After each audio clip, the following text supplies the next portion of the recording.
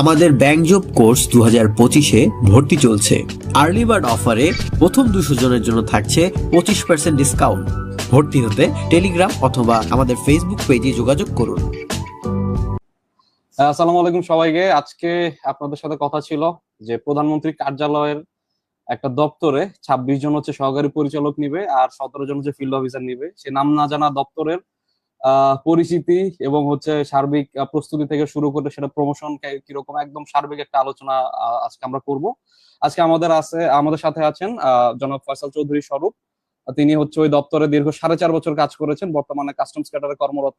তো ভাইকে আমরা ধরে নিয়ে আসছি, কিভাবে কি করতে হবে একদম সব আমরা ডিটেইলে আলোচনা করব। প্লাস আপনাদের যত প্রশ্ন আছে আপনারা এই লাইভের নিচে কমেন্ট বক্সে অবভিয়াসলি হচ্ছে আপনারা কমেন্ট করবেন, সেখান থেকে হচ্ছে আমি দেখে নিব যে কি কি প্রশ্ন করতেছেন। আপনাদের প্রশ্নগুলো ভাই বন্ধু পৌঁছে দিব। হোপফুলি আজকে একটা ভালো সেশন হবে।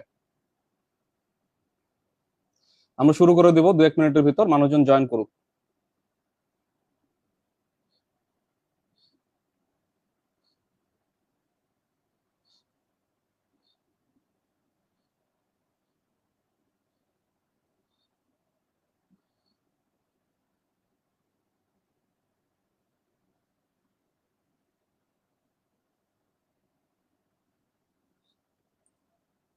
40 জন আছেন আমাদের সাথে, আরো কয়েকজন জয়েন করলে আমরা শুরু করে দিব।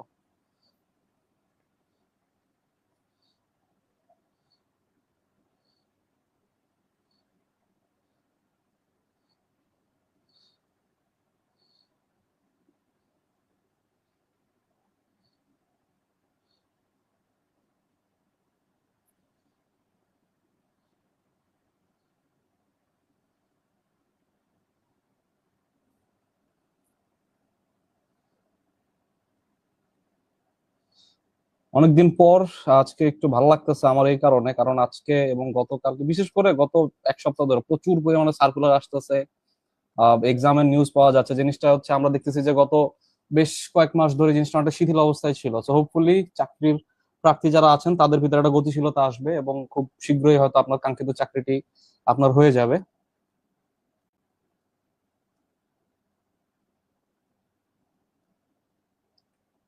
মোটামুটি শুরু করে দিতে পারি আমরা। আসসালামু আলাইকুম। আজকের আলোচনার যে বিষয়বস্তু, আমি নিজেকে অত্যন্ত সৌভাগ্যবান মনে করি যে বাংলাদেশের একটি অত্যন্ত সংবেদনশীল এবং একই সাথে গুরুত্বপূর্ণ একটি দপ্তরে আমার কাজ করার যে সুযোগ হয়েছিল। তো সেই দপ্তরের যে নিয়োগ, সেই নিয়োগ নিয়ে আজকে আমি কথা বলতে যাচ্ছি। তো সবারই একটা আগ্রহ, কৌতূহলের জায়গা যে গোয়েন্দা সংস্থা বা এই ধরনের যে কার্যক্রমগুলো এগুলো নিয়ে, এবং সেখানকার নিয়োগ, সেখানকার কার্যক্রম কেমন, সেখানকার সুযোগ সুবিধা, বেতন ভাতাদি, এইগুলো নিয়ে আজকে আমরা কথা বলবো। তো আমরা কি পরিচিত থেকে শুরু করি? হ্যাঁ, শুরুতে হচ্ছে আমরা পরিচিত হয়ে নেই। আমাদের ফয়সাল চৌধুরী স্বরূপ ভাই আমাদের সাথে আলহামদুলিল্লাহ বেশ কিছুদিন ধরেই আছেন এবং হচ্ছে আপনারা যারা ক্লাস পেয়েছেন আসলে তারা জানেন স্বরূপ ভাই কি পরিমাণ বস। তো ভাইয়ের পরিচয়টা ভাইয়ের মুখ থেকে আমরা শুনে নিই, ভাই প্লিজ। আমি বর্তমানে আছি 43তম বিসিএস এ কাস্টমস এক্সাইজ এন্ড ভ্যাট ক্যাডারের একজন সহকারী কমিশনার হিসেবে, এবং এর আগে আমার সুযোগ হয়েছিল, আমি বলবো সৌভাগ্য হয়েছিল, জাতীয় নিরাপত্তা গোয়েন্দা সংস্থায় 4.5 বছরের বেশি সহকারী পরিচালক পদে কার্যক্রম করার এবং বিভিন্ন কার্যক্রমে যুক্ত থাকার। তো সেখান থেকে আমি ক্যাডার সুইচ করে বা জব সুইচ করে এখানে আসি। সেই অভিজ্ঞতার কিছুটা অংশ চেষ্টা করবো আজকে বিনিময় করার। সেই সাথে জাতীয় নিরাপত্তা গোয়েন্দা বা এই ধরনের যে চাকরিগুলো আছে, নবম গ্রেডের যে চাকরিগুলো, এই একই প্রশ্নকর্তা কর্তৃক যে চাকরি পরীক্ষাগুলো হচ্ছে সেগুলো নিয়ে চেষ্টা করব, যেটা আমার সহকর্মী মাহিন হাসান ভাই বারবারই বলেছেন যে এই জাতীয় যে চাকরি পরীক্ষা হতে পারে, সেটা বাংলাদেশ ব্যাংক, পেট্রো বাংলা বা সমসাময়িক যে সার্কুলার গুলো আছে সেগুলো সম্পর্কে আমার ক্ষুদ্র জায়গা থেকে একটা ধারণা দেওয়ার চেষ্টা করব। তো প্রথমে যে সার্কুলারটা হয়েছে সেটা নিয়ে কথা বলি। আমরা জানি যে বাংলাদেশে টোটাল আমাদের প্রধানমন্ত্রীর কার্যালয়, রাষ্ট্রপতির কার্যালয় সহ টোটাল 44টা, আমার জানা মতো সর্বশেষ 44টা মন্ত্রণালয় ছিল। বিভিন্ন মন্ত্রণালয়ের মধ্যে সরাসরি আগে যেটাকে আমরা প্রধানমন্ত্রীর কার্যালয় বলতাম, বর্তমানে আমরা প্রধান উপদেষ্টার কার্যালয় বলে থাকি। প্রধান উপদেষ্টার কার্যালয়ে যে দপ্তরগুলো রয়েছে, সাম্প্রতিক সময়ে বিডা, বেবজা, প্রতিরক্ষা মন্ত্রণালয় তো অবশ্যই একটা গুরুত্বপূর্ণ সংস্থা। এছাড়াও যে সংস্থাগুলো আছে, এসএসএফ আছে, তাছাড়াও অত্যন্ত গুরুত্বপূর্ণ এবং রাষ্ট্রের জন্য একটা অন্যতম একটা উপাদান থাকতেই হয়, সেটা হচ্ছে একটা গোয়েন্দা সংস্থা। তো আমাদের দেশের প্রধান কেন্দ্রীয় গোয়েন্দা সংস্থা যেটা ন্যাশনাল সিকিউরিটি ইন্টেলিজেন্স, এটা একটা অধিদপ্তর হিসাবে সরাসরি প্রধানমন্ত্রীর প্রধান উপদেষ্টার কার্যালয়। আমি বারবারই প্রধানমন্ত্রীর বলছি, কেননা এটা বিগত বলতে বলতে সময়ে প্রধানমন্ত্রীর আমরা বলতাম। প্রধান উপদেষ্টার কার্যালয়ের অধীনে এবং এই সংস্থাটির মাঝখানে কোনো মিডিয়াম নেই, সরাসরি সেই কার্যালয় থেকে কার্যক্রমগুলো পরিচালিত হয় এবং রিপোর্টিং গুলো সরাসরি এই সংস্থাটি মাননীয় প্রধান উপদেষ্টাকে করে থাকে। এটা হচ্ছে প্রথম আমার বক্তব্য। তো এর অর্গানোগ্রাম বা আমাদের সরাসরি নিয়োগ, আমরা যেরকম জানি অন্যান্য চাকরিতে সরাসরি নিয়োগের একটা ধারা রয়েছে যে সর্বোচ্চ নবম গ্রেড এবং সর্বনিম্নে 16, 17 এমনকি 20তম গ্রেডেও নিয়োগ হয়ে থাকে। তো অন্যান্য যে চাকরিগুলো রয়েছে cadre service, non cadre service বা যে কোনো দপ্তর, পরিদপ্তর, অধিদপ্তর, এখানেও এই দপ্তরে একইভাবে সর্বোচ্চ নবম গ্রেড। আপনারা ইতিমধ্যে জেনেছেন যে নবম গ্রেডে 26টি পোস্ট, দশম গ্রেডে কয়টি ভাই? 17টি 17টি সহ আমার টোটাল 256, 255 আর কি, 255-56 এরকম একটা নাম্বারে নিয়োগ হয়ে থাকে। তো এই দপ্তরের একটা বিশেষত্ব, এই দপ্তর প্রতিনিয়তই কিন্তু সার্কুলার গুলো দিয়ে থাকে। আপনারা যদি রেগুলার ট্রেন্ডটা দেখে থাকেন বিগত বছরগুলোতে, আহ আমি ব্যক্তিগতভাবে 2019 সালের যে সার্কুলারটা ছিল সেই সার্কুলারটার আমার সৌভাগ্য হয় যোগদান করার। তার পরবর্তীতে 21 সাল, 23 সালে দুইটা সার্কুলার হয় এবং তারই ধারাবাহিকতায় 25 সালের একটা সার্কুলার আমরা পাচ্ছি।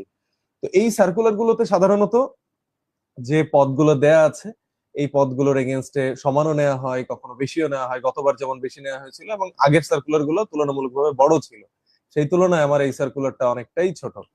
তো যেহেতু গত বছর থেকে চাকরি এবং চাকরির বাজার অত্যন্ত কম্পিটিটিভ তো হয়েছেই এবং পরীক্ষাগুলোর সংখ্যা কমেছে, আমাদের যারা পরীক্ষার্থী আছে আমাদের চেষ্টা থাকবে যে যে চাকরিগুলো আছে সেগুলো আমাদের ক্যাপচার করার। তো আমার কেন আমি এই গুরুত্বপূর্ণ দপ্তর, অন্যান্য দপ্তর থেকে এটাকে প্রাধান্য দিব, সুবিধা অসুবিধা বা অন্যান্য জিনিসের দিকে একটু আলোকপাত করতে চাই। তো প্রথমত ন্যাশনাল সিকিউরিটি ইন্টেলিজেন্স নাম থেকে আমাদের কাছে একটা কৌতূহল, একটা আগ্রহ, আকর্ষণের জায়গা। এবং বাংলাদেশের প্রত্যেকটা দেশে একটা সংস্থা থাকে যেটা অন্যান্য সকল বিষয়, সরকারি বেসরকারি সহ দেশের নিরাপত্তা সংশ্লিষ্ট সকল বিষয়ের উপর নজরদারি করতে হয়, তথ্য সংগ্রহ করতে হয়। তো আমাদের দেশেরও জন্য ন্যাশনাল সিকিউরিটি ইন্টেলিজেন্স সেই কাজটাই করে থাকে।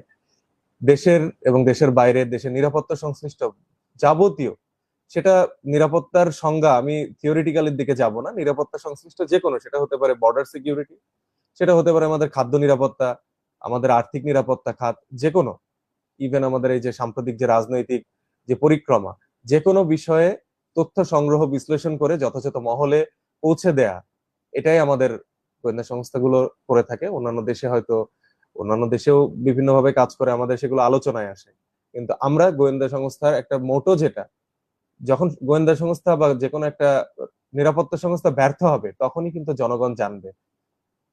তখনই যখন গোয়েন্দা শব্দের সাথে দেখবেন গোয়েন্দা ব্যর্থতাতেই একটা জঙ্গি হামলা বা বোমা বিস্ফোরণ বা একটা সিকিউরিটি ব্রিচ, যে কোনো ক্ষেত্রে তখন তখন কিন্তু যারা কর্তা ব্যক্তি থাকে তখন বলে গোয়েন্দা ব্যর্থতা ছিল। কিন্তু যখন স্বাভাবিক চলে তখন কিন্তু কেউ বলে না যে না, গোয়েন্দা কার্যক্রম অব্যাহত ছিল বা আমাদের যে নিরাপত্তা বাহিনীগুলো ছিল তারা ভালো কাজ করেছে।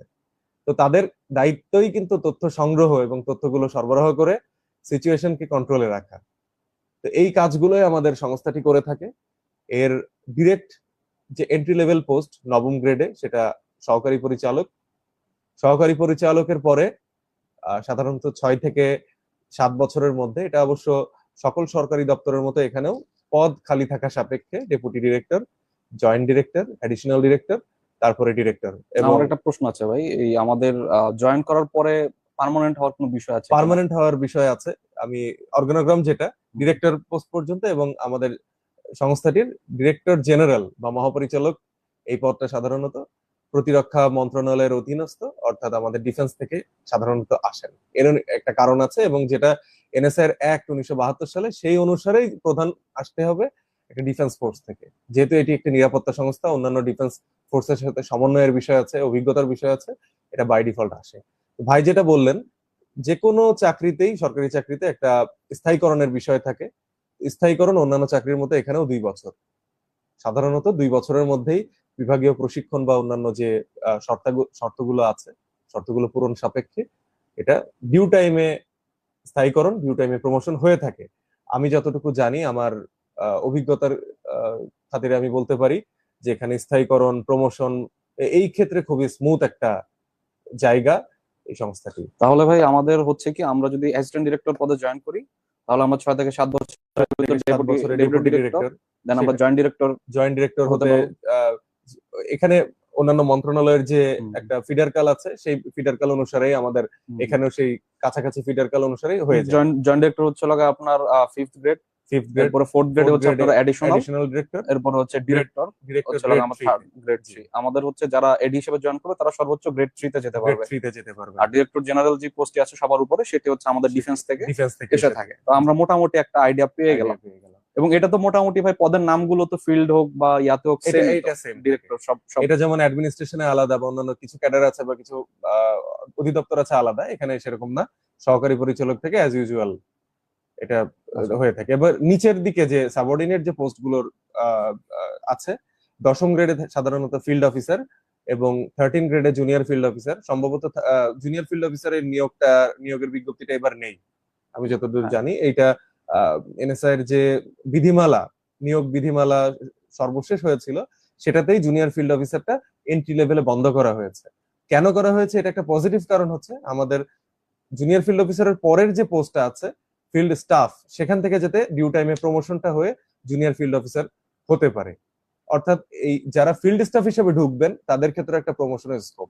মাঝে অন্যান্য কিছু পোস্ট রয়েছে, যেমন ওয়্যারলেস অপারেটর আছে, শার্টলিপিকার আছে, মুদ্রাক্ষরিক আছে, অন্যান্য বিভিন্ন পোস্ট রয়েছে। তো মূলত এখানে 2 ধরনের পোস্ট আছে, নির্বাহী এবং অনির্বাহী। নির্বাহী পোস্ট আমরা যেটা ধরি, গোয়েন্দা বৃত্তিক যে কাজগুলো, field staff, junior field officer, সহকারী পরিচালক এবং তদূর্ধ্ব।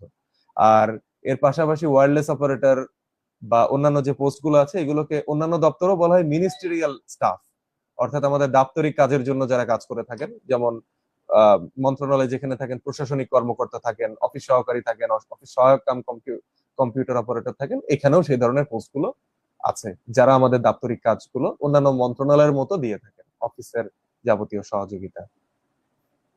তো এই গেল আমাদের অর্গানোগ্রাম। এই বিষয়ে ভাই আর কোনো প্রাসঙ্গিক কিছু আছে কিনা? আচ্ছা, অর্গানোগ্রামের ক্ষেত্রে আমরা তো মোটামুটি আইডিয়া পেলাম যে আমাদের এডি থেকে হচ্ছে কি পরিমাণ প্রমোশন হয়। আমাদের ফিল্ড স্টাফ হতে আমাদের কত দূর যাওয়া যায়, আর হচ্ছে ফিল্ড অফিসার হতে আমাদের ফিল্ড স্টাফ, যেহেতু এটা 17 গ্রেডের পোস্ট, এখান থেকে একটা ডিউ টাইম পরে, সেটা হয়তো 6-7, এটা পদ খালি থাকা সাপেক্ষে।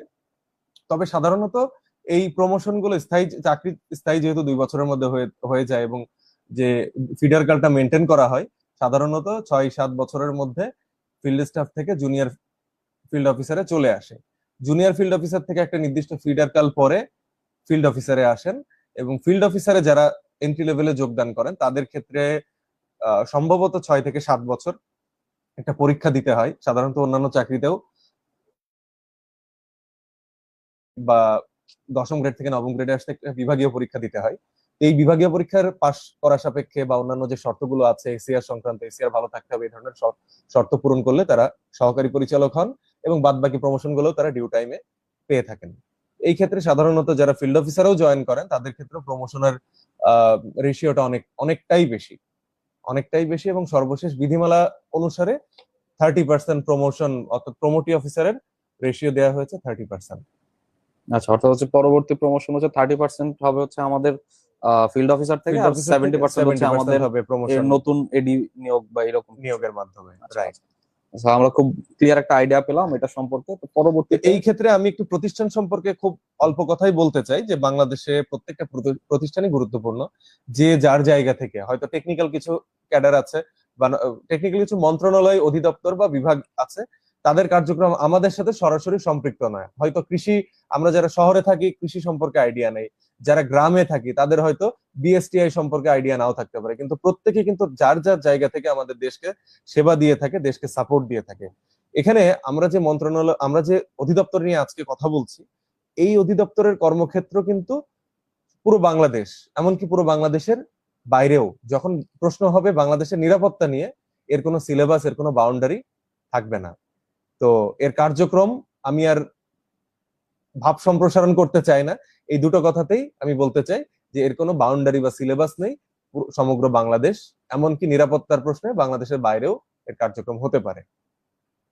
আচ্ছা, তাহলে ভাই এখন যদি আমাদেরকে হচ্ছে এটার মোটামুটি আমরা আইডিয়া পেলাম যে অর্গানাইজেশনটা কিরকম।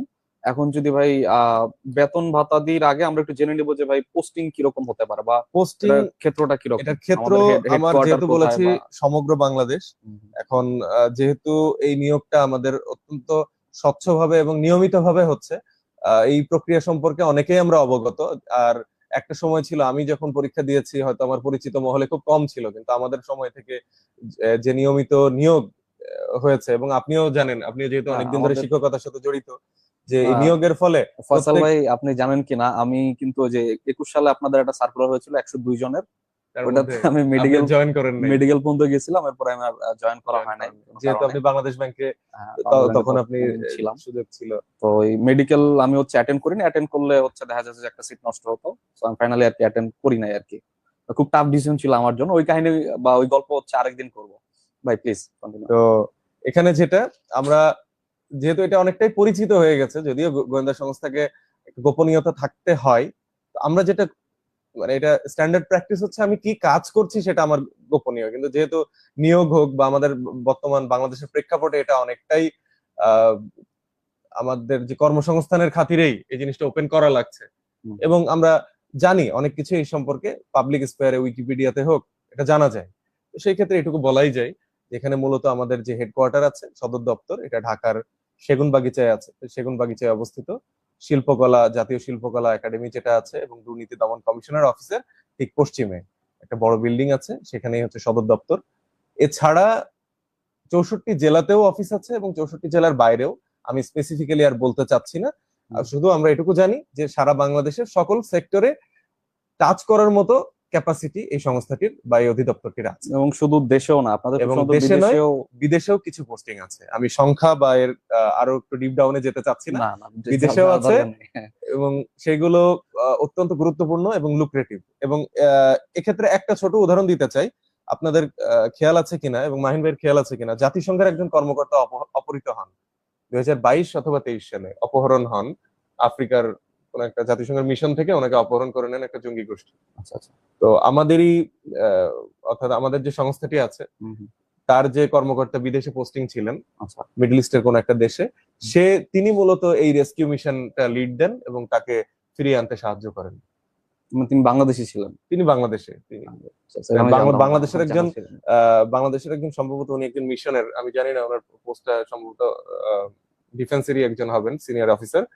সামহাও উনি তার কৃতিত্বের মধ্যেই বা বীরত্বের মধ্যেও এখন মিডল ইস্টের যিনি ছিলেন, উনি রেস্কিউ করতে পেরেছেন। এটাই আর কি আমাদের জন্য একটা সৌভাগ্যের বিষয়।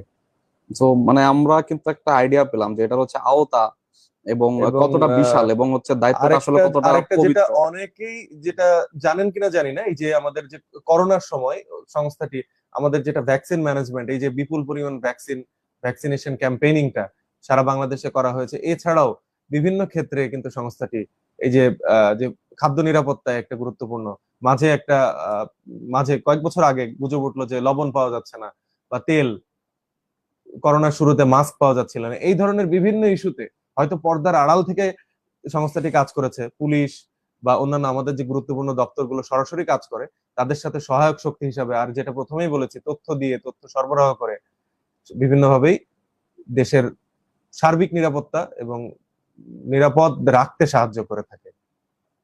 তো এটাই আমার হেডকোয়ার্টার, বা আমার প্রত্যেকটা বিভাগীয় শহরে বিভাগীয় কার্যালয় আছে, জেলা শহরে জেলা কার্যালয় আছে, এছাড়াও কিছু কার্যালয় রয়েছে, বিশেষায়িত কিছু কার্যালয় রয়েছে। তবে যেহেতু ঢাকাতে সদর দপ্তর, ঢাকাতে একটা বিপুল পরিমাণ যারা নিয়োগপ্রাপ্ত হন, ঢাকাতে একটা বিপুল পরিমাণ কর্মশক্তির এখানে পদায়ন হওয়ার সুযোগ রয়েছে। আচ্ছা, আর হচ্ছে ভাই মানে পোস্টিং তো মনে হয় ঘন ঘন চেঞ্জ হতে পারে। পোস্টিং, হ্যাঁ, পোস্টিং সাধারণত সরকারি চাকরির যে রুলস 3 বছরের মধ্যে চেঞ্জ হয়। এই ক্ষেত্রে আমার যেহেতু কাজের প্যাটার্ন আলাদা এবং চাকরিটাই আলাদা, যারা আসবেন, যারা আসতে চান, এটা মেনে নিয়ে আসতে হবে যে আমি একটা সাধারণ চাকরিতে আসছি না। আমি যদি সাধারণ চাকরিতে আসি, সাধারণ জীবন চাই, তাহলে আমার এই চাকরিটা না। আমার যদি সেই রিস্ক নেয়ার, আমার যদি সেই চ্যালেঞ্জ নেয়ার, সেই প্রেশার নেয়ার যদি ক্যাপাসিটি থাকে, ইচ্ছা থাকে, আগ্রহ থাকে, এবং সর্বাত্মক মনোবল ধরে রাখার সেই শক্তি আমার মধ্যে থাকে, তবেই আমার আসতে হবে। এখানে আমার পদ বা পদের বিপরীতে আমি কি পাবো না পাবো, তার থেকে বড় কথা আমি কতটুকু দিতে পারবো, এই আকাঙ্ক্ষা নিয়ে যদি আসতে কেউ আগ্রহী হন, তবেই তার এই সার্ভিসে আসা উচিত, পরীক্ষাগুলো দেওয়া উচিত এবং সর্বশেষ যে ধাপ সেই পর্যন্ত যাওয়া উচিত। যেমন আমি আমার সহকর্মী মাহিন হাসান ভাই অত্যন্ত ব্রিলিয়ান্ট একজন মানুষ, তার তার টার্গেট ছিল বিসিএস, কিন্তু সামহাও তিনি যখন দেখেছেন যে হয়তো এনএসআই তে তিনি ক্যাপেবল ছিলেন, না হলে এই যে এত বড় কম্পিটিটিভ একটা পরীক্ষা পাশ করে শেষ ধাপে গেলেন, সেখান থেকে উনি ইচ্ছা ইচ্ছা করেই কিন্তু আরেকজনকে সুযোগ দিলেন। উনি চাইলেই কিন্তু জয়েন করতে পারতেন, কিন্তু তার স্বপ্নকে উনি প্রাধান্য দিয়েছেন। হয়তো আল্লাহ তাআলারও একটা বৃহত্তর বৃহত্তর একটা সুযোগ দেওয়ার, তার প্রতি একটা করুণার একটা ব্যবস্থা ছিল, করুণার ব্যবস্থা করে দিয়েছেন। তো মাহিন ভাই যদি মনে করতেন যে না, আমার আর কোনো গোল নেই, আমি দেশের সেবা এইভাবেই করতে চাই, আমি নিজের সময় শ্রম আমি এর পিছনে দিতে চাই, তাহলে কিন্তু উনি হয়তো বিসিএস এর দিকে সেই সময়টা নাও পেতে পারতেন। কারণ এই ধরনের বিশেষায়িত সংস্থা বা নিরাপত্তা সংস্থার ক্ষেত্রে সাধারণত 24 ঘন্টাই অন ডিউটি থাকতে হয়। এই বিষয়টা একটা ইস্যু, যে আমার যদি মনে হয় যে না, আমি সর্বোচ্চ সময় ফ্যামিলিকে দিতে চাই, আমি আমার ব্যক্তিগত জীবনে আর একটু সময় দিতে চাই, তো সেই ক্ষেত্রে একটু রিকনসিডার করা উচিত সিদ্ধান্ত। আর ভাই অনেকে ঢাকায়, মানে ঢাকায় জব করা অনেকের প্রায়োরিটি থাকে, বিশেষ করে মেয়েদের। সেক্ষেত্রে হচ্ছে ঢাকায় কি আসলে থাকা যায় কিনা, বা এটা কতটা পজিটিভলি দেখা হয় ঢাকায় থাকতে চাওয়ার বিষয়টা? এখন প্রথমত হচ্ছে পোস্টিং এর ক্ষেত্রে কোনো বাধ্যবাধকতা নেই। আপনার কাজের ক্ষেত্রে যার যেখানে কাজ, হয়তো যার এক্সপার্টিস অনুসারে একজনকে দীর্ঘদিন এক জায়গায় রাখতে পারে, আবার আপনার যদি এক্সপার্টিস ভালো থাকে, এমনকি খারাপও থাকতে পারে, যে আপনাকে দিয়ে ওই কাজটা হচ্ছে না, ঘন ঘন পোস্টিং হতে পারে। তবে সাধারণত কর্মকর্তাদের চেয়ে নারী কর্মকর্তাদের বা নারী যারা কর্মী আছেন, তাদের ওয়েলফেয়ারটা দেখা হয়। এবং আমি নিজে মনে করি, এবং আমি নিজেও আমার যারা সহকর্মী ছিলেন, আমার অত্যন্ত সুহৃদ যারা ছিলেন, তাদের সাথে ইয়ে করেছি যে নারীদের জন্য অত্যন্ত চমৎকার চাকরি। এবং আমার সাথে যারা নারী সহকর্মী ছিলেন, তাদের প্রতি আমাদের যে একটা শ্রদ্ধার জায়গা এবং পারস্পরিক যে সহযোগিতার জায়গা, এটা পুরুষ সহকর্মীদের থেকে বেশি থাকতো, কারণ তারা একটা পরিবারের একটা গুরুত্বপূর্ণ ভূমিকা পালন করেন।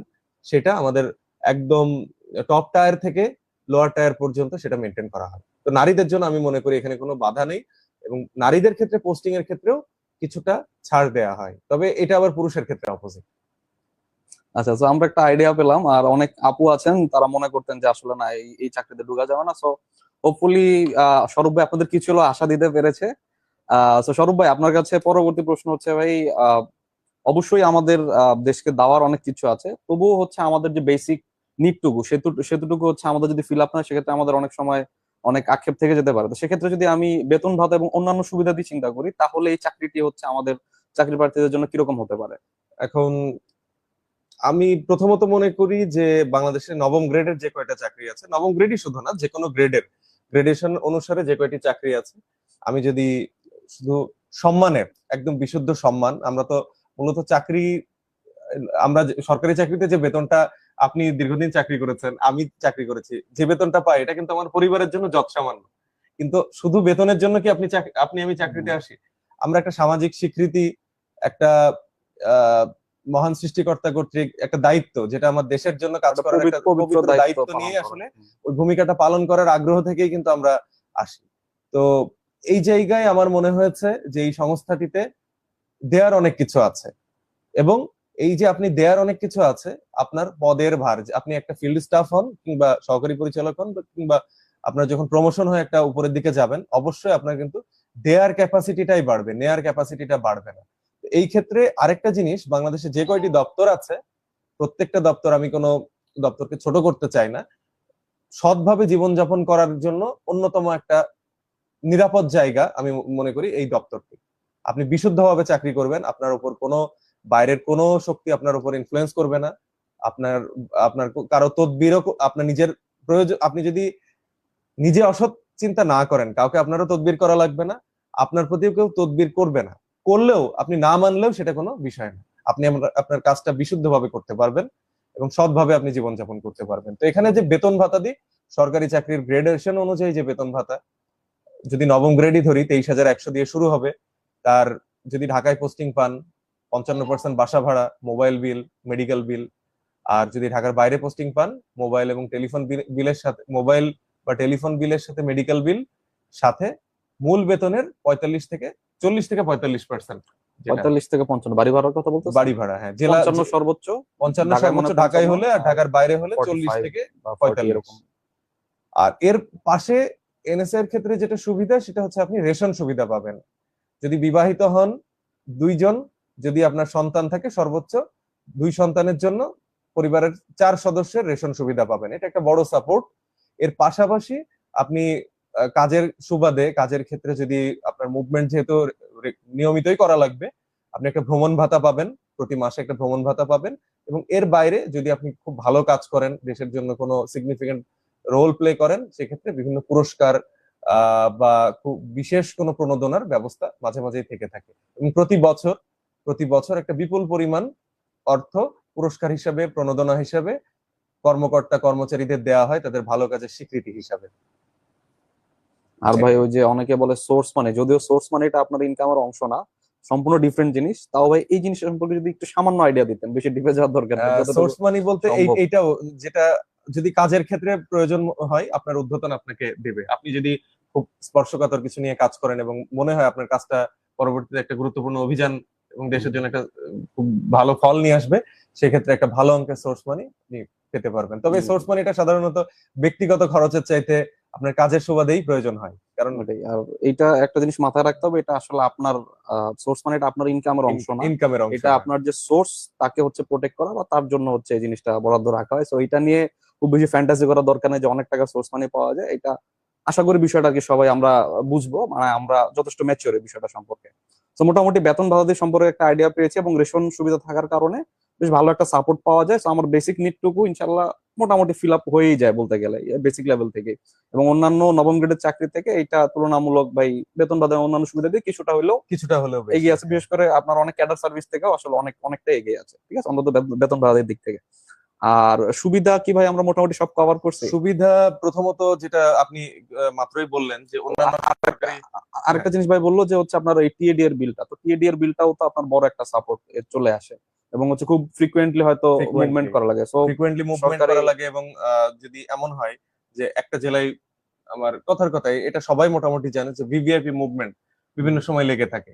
তো মাননীয় প্রধান উপদেষ্টা কথার কথা চিটাগাং আসবেন বা চিটাগাং এ ফ্রিকুয়েন্টলি যদি যাতায়াত করেন বা যদি রংপুরেও যান, তো রংপুরে হয়তো আশপাশের জেলা থেকে ডিপ্লয়মেন্ট করা লাগবে, বা কোনো বিশেষ যদি দিবস থাকে, স্বাভাবিকভাবে দেশের নিরাপত্তা বজায় রাখার জন্য ডিপ্লয়মেন্ট দরকার হয়।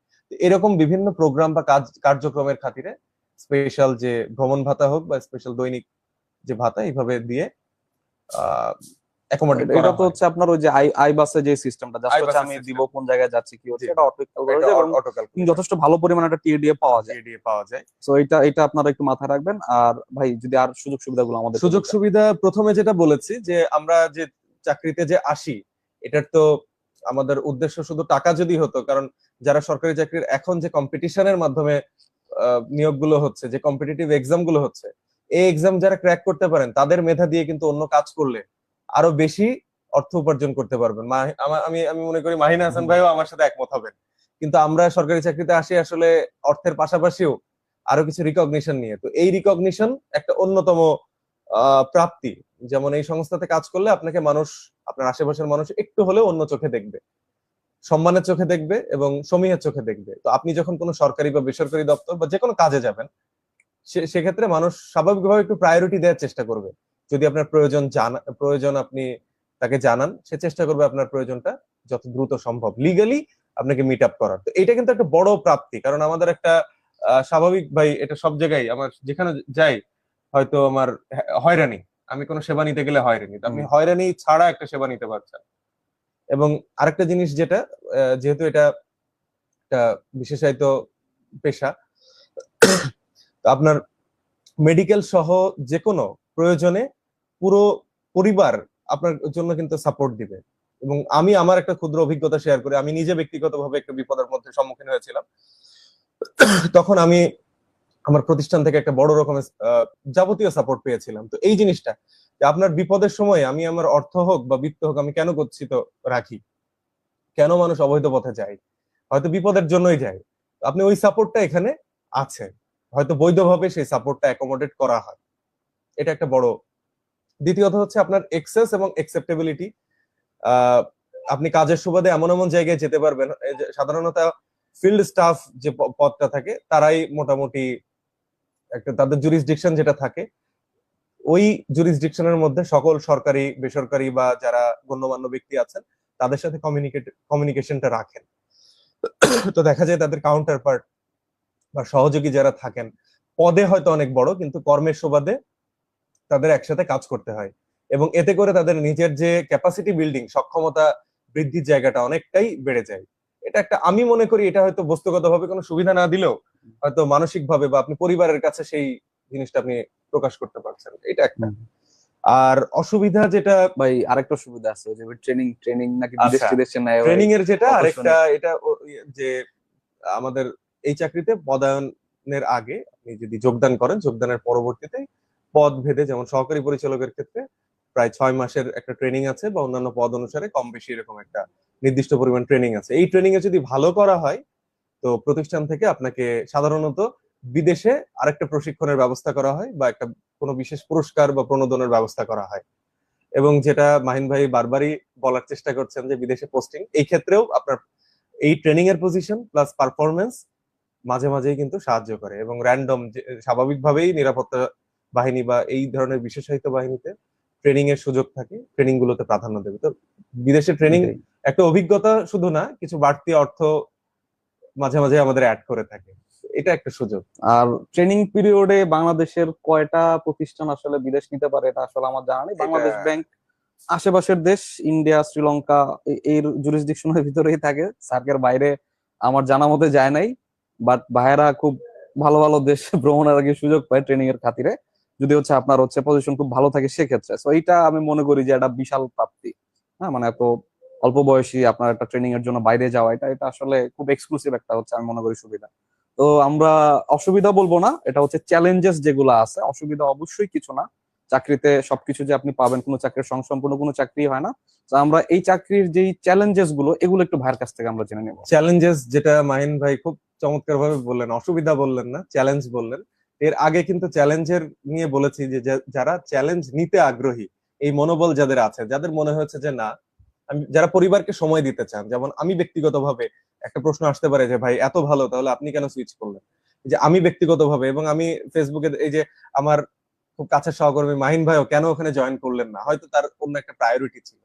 তো যাদের হয়তো মনে হয়েছে যে না, আমি পরিবারকে সময় দিতে চাই, বা আমি নিজেকে সময় দিতে চাই, আমি নিজের জন্য কিছুটা সময় রাখতে চাই, বা আমার অন্য কোনো শখ আছে, সেই ক্ষেত্রে একটু ভেবে দেখতে হবে। কারণ এই আপনি এমন একটা পেশা বেছে বেছে নিতে যাচ্ছেন, সেক্ষেত্রে আপনার নিজেকে দেওয়ার সময়ের চাইতে আপনার দায়িত্বটা সবসময় বড় করে দেখা হবে। এক্ষেত্রে আপনার ব্যক্তিগত সীমাবদ্ধতার চাইতে আপনার উপর আরোপিত দায়িত্বটাই বড় হবে, এবং আপনি চাইলেও হয়তো মনে হতে পারে আমি একটু অলস, বা আমি তো এটা নাও পারতে পারি, কিন্তু চাকরিতে যোগদানের পর যখন আপনি প্রশিক্ষণ পাবেন এবং আপনি দায়িত্ব পাবেন, তখন এমন ভাবে আপনি তৈরি হয়ে উঠবেন, আপনি চাইলেই দায়িত্বটা এড়াতে পারবেন না। তো এই ক্ষেত্রে একটা বিষয় যে এখানে কোনো নির্দিষ্ট সময়সীমা নেই, আপনার যে দায়িত্বটা আছে ডিউ টাইমে পালন করতে হবে। এবং প্রায়শই এই যে সামনে ঈদ আসছে, 11 দিনের ছুটি, কিন্তু এই ছুটিটা কিন্তু এই বিশেষায়িত যে পেশাগুলো আছে, আমাদের এই যে পুলিশ ভাইরা যারা আহ, কাজ করেন, যারা আনসার ভাইরা আছেন, বা 24 ঘন্টা যারা যে কোনো পেশায় আছেন, বিজিবি বা ইভেন আমাদের ডক্টরস। ডাক্তারও যারা আছেন, অ্যাডমিনিস্ট্রেশনে যারা আছেন, তারাও কিন্তু ছুটি পান না। তো তাদের মতো করেই কিন্তু এই প্রতিষ্ঠানে এই সংস্থার সদস্যরাও কিন্তু ছুটি ছাটা উপভোগ করতে পারেন না, এবং তারা ছুটি ছাটা উপভোগ করতে পারেন না ডিউটি করার জন্যই কিন্তু আমরা নির্বিঘ্নে নিশ্চিন্তে বাড়িতে সময়টা কাটাতে পারি। এটাও কিন্তু একটা পজিটিভ। যেমন আহ আমি আমার ঈদগাহ মাঠের কথাই বলি, আমার ঈদগাহ মাঠ আমার জেলার কেন্দ্রীয় ঈদগাহ মাঠ।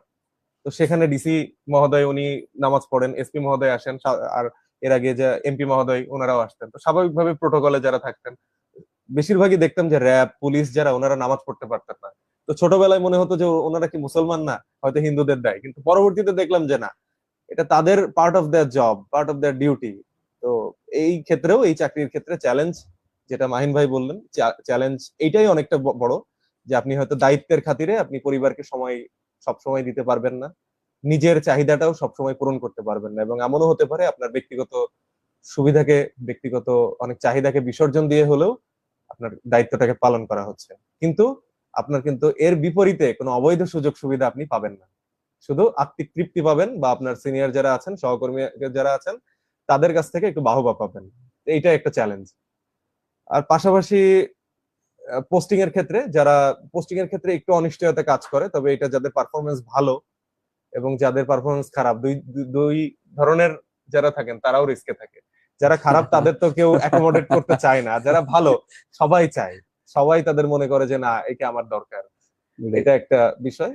তবে যারা এর আগে মাহিন ভাইও বললেন, নারী নারী যারা থাকেন, নারী সহকর্মী, তাদেরকে একটু একটু কোমল ভাবে দেখা হয় পোস্টিং করানোর ক্ষেত্রে বা দায়িত্ব দেওয়ার ক্ষেত্রে। এবং তাহলে আরেকটা জিনিস চ্যালেঞ্জ যেটা, যেমন মাহিন ভাই দীর্ঘদিন ধরে শিক্ষকতা পেশার সাথে যুক্ত, এবং আমি আসলে মাহিন হাসান ভাইয়ের সাথেই প্রথমবারই যুক্ত হলাম কোনো পাবলিক প্ল্যাটফর্মে। এই জায়গায় আপনার পরিচয় দেওয়ার ক্ষেত্রে কিছুটা হলেও সতর্কতা অবলম্বন করতে হয়। পাবলিক স্পেয়ারে কথা বা আপনার যে কোনো কার্যক্রমে কিছুটা হলেও রেস্ট্রিকশন আসে। আপনি চাইলেই আর নিজের মতো করে কোনো আত্মীয় স্বজনের সাথেও মন খুলে কথা বলতে পারবেন না। মন খুলে কথা বলতে পারবেন না মানে এই না যে আপনি মনের কথা শেয়ার করতে পারবেন না, কিন্তু আপনার পরিচয় যেটা, আপনার কর্মের বিবরণ, এটা আপনি দিতে পারবেন না। এবং আপনি নিজেই যখন প্রশিক্ষিত হবেন, দায়িত্বপ্রাপ্ত হবেন, তখন আপনি নিজেই বুঝবেন যে কেন আমার এটা দেওয়া উচিত না। এটা একটা বিষয় যে আপনার নিজের একটা রুটি রুজি যেটা দিয়ে হচ্ছে, নিজের পরিচয় যেটা দিয়ে হচ্ছে, সেটা আপনি বলতে পারছেন না। এবং পাশাপাশি আপনার এবং আপনার পরিবারের সাথেও একটা মাঝে মাঝেই কিন্তু লুকোচুরি খেলতে হবে। এটা দায়িত্বের জন্যই, আপনার পরিবারের নিরাপত্তা এবং নিজের নিরাপত্তার জন্যই। এটা একটা অন্যতম চ্যালেঞ্জ বলে আমি মনে করি। আর প্রথমে তো বলেছি এর কোনো সিলেবাস নেই, এর কোনো বাউন্ডারি নেই। সেই ক্ষেত্রে জুতো সেলাই থেকে চণ্ডীপাঠ সবই করতে হতে পারে। সাধারণত field officer, junior field officer এবং ফিল্ড স্টাফ যে পদগুলো আছে, তারাই মূলত মাঠ পর্যায়ের কাজগুলো করে থাকেন, এবং অফিসার, অ্যাসিস্ট্যান্ট ডিরেক্টর থেকে ঊর্ধ্বতন যারা আছেন, তারা মূলত কোঅর্ডিনেশন, সুপারভিশন, অ্যানালাইসিস এই ধরনের কাজগুলো করেন, এবং ক্ষেত্র বিশেষে তাদেরও করা লাগে। এবং এক্ষেত্রে দুটো কথা খুব গুরুত্বপূর্ণ, সেটা হচ্ছে কম্পার্টমেন্টেশন। আমি কি করছি হয়তো আমার সহকর্মী মাহিন ভাই জানেন না, এবং নিড টু নো, আমার যতটুকু জানা প্রয়োজন। হয়তো কাজের সিক্রেসিটা এতই বেশি, এতই গুরুত্বপূর্ণ, কাজটা হয়তো একটা ফিল্ড স্টাফকে দিয়েই করানো যায়, কিন্তু না, এমনও হতে পারে একজন জয়েন্ট ডিরেক্টর যিনি আছেন, তিনি তার উচ্চ পদে আসীন হওয়া সত্ত্বেও তাকে পার্সোনালি কাজটা করতে হচ্ছে। হয়তো খুব নগণ্য কাজ, কিন্তু গোপনীয়তার সাথে তাকে একা করতে হচ্ছে। এটা একটা কাজের বৈচিত্র্য, এবং কাজের পজিটিভ জিনিস বৈচিত্র্য অনেক, এবং এই বৈচিত্র্যটাই কিন্তু আবার একটা নেগেটিভ বা চ্যালেঞ্জ।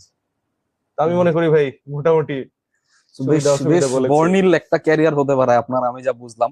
হ্যাঁ, তো এই জিনিসটা আসলে আপনাদের উপর কে কিভাবে নেবেন।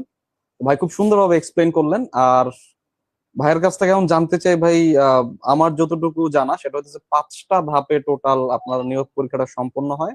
তো এই 5টা ধাপ সম্পর্কে যদি আমাদের একটু আলোকিত করতেন। এবং আপনাদের একটা গ্যাজেটের মতো কিছু একটা ছিল, ওই যে প্রাথমিক বাছাইয়ের একটা গ্যাজেট মনে হয় আপনাদের ছিল, একটা বিধিমালা সম্ভবত ছিল। অক্টোবর 19, 2022 একটা বিধিমালা টাইপের ছিল। সেখানে হচ্ছে কিছু আইডিয়া দেওয়া আছে। সো আমরা প্রিপারেশনটা কিভাবে নিতে পারছি, প্রথম হচ্ছে আমাদের ধাপগুলো সম্পর্কে একটু আইডিয়া প্রথমে দাও। ধাপগুলো, যেটা অন্যান্য এরপরে চাকরির পরীক্ষার হ্যাঁ, যে প্রাথমিক ধাপ, এখানেও তার ব্যতিক্রম না। প্রিলিমিনারি, রিটেন, ভাইবা, এবং তারপরে একটা মেডিকেল টেস্ট হয়। সাধারণত এই মেডিকেল টেস্টে একটু বিশেষায়িত মেডিকেল টেস্ট হয়, এবং তারপরে ডোপ টেস্ট না, তারপরে একটা ভেরিফিকেশন প্রসেসের মধ্যে দিয়ে যেতে হয়।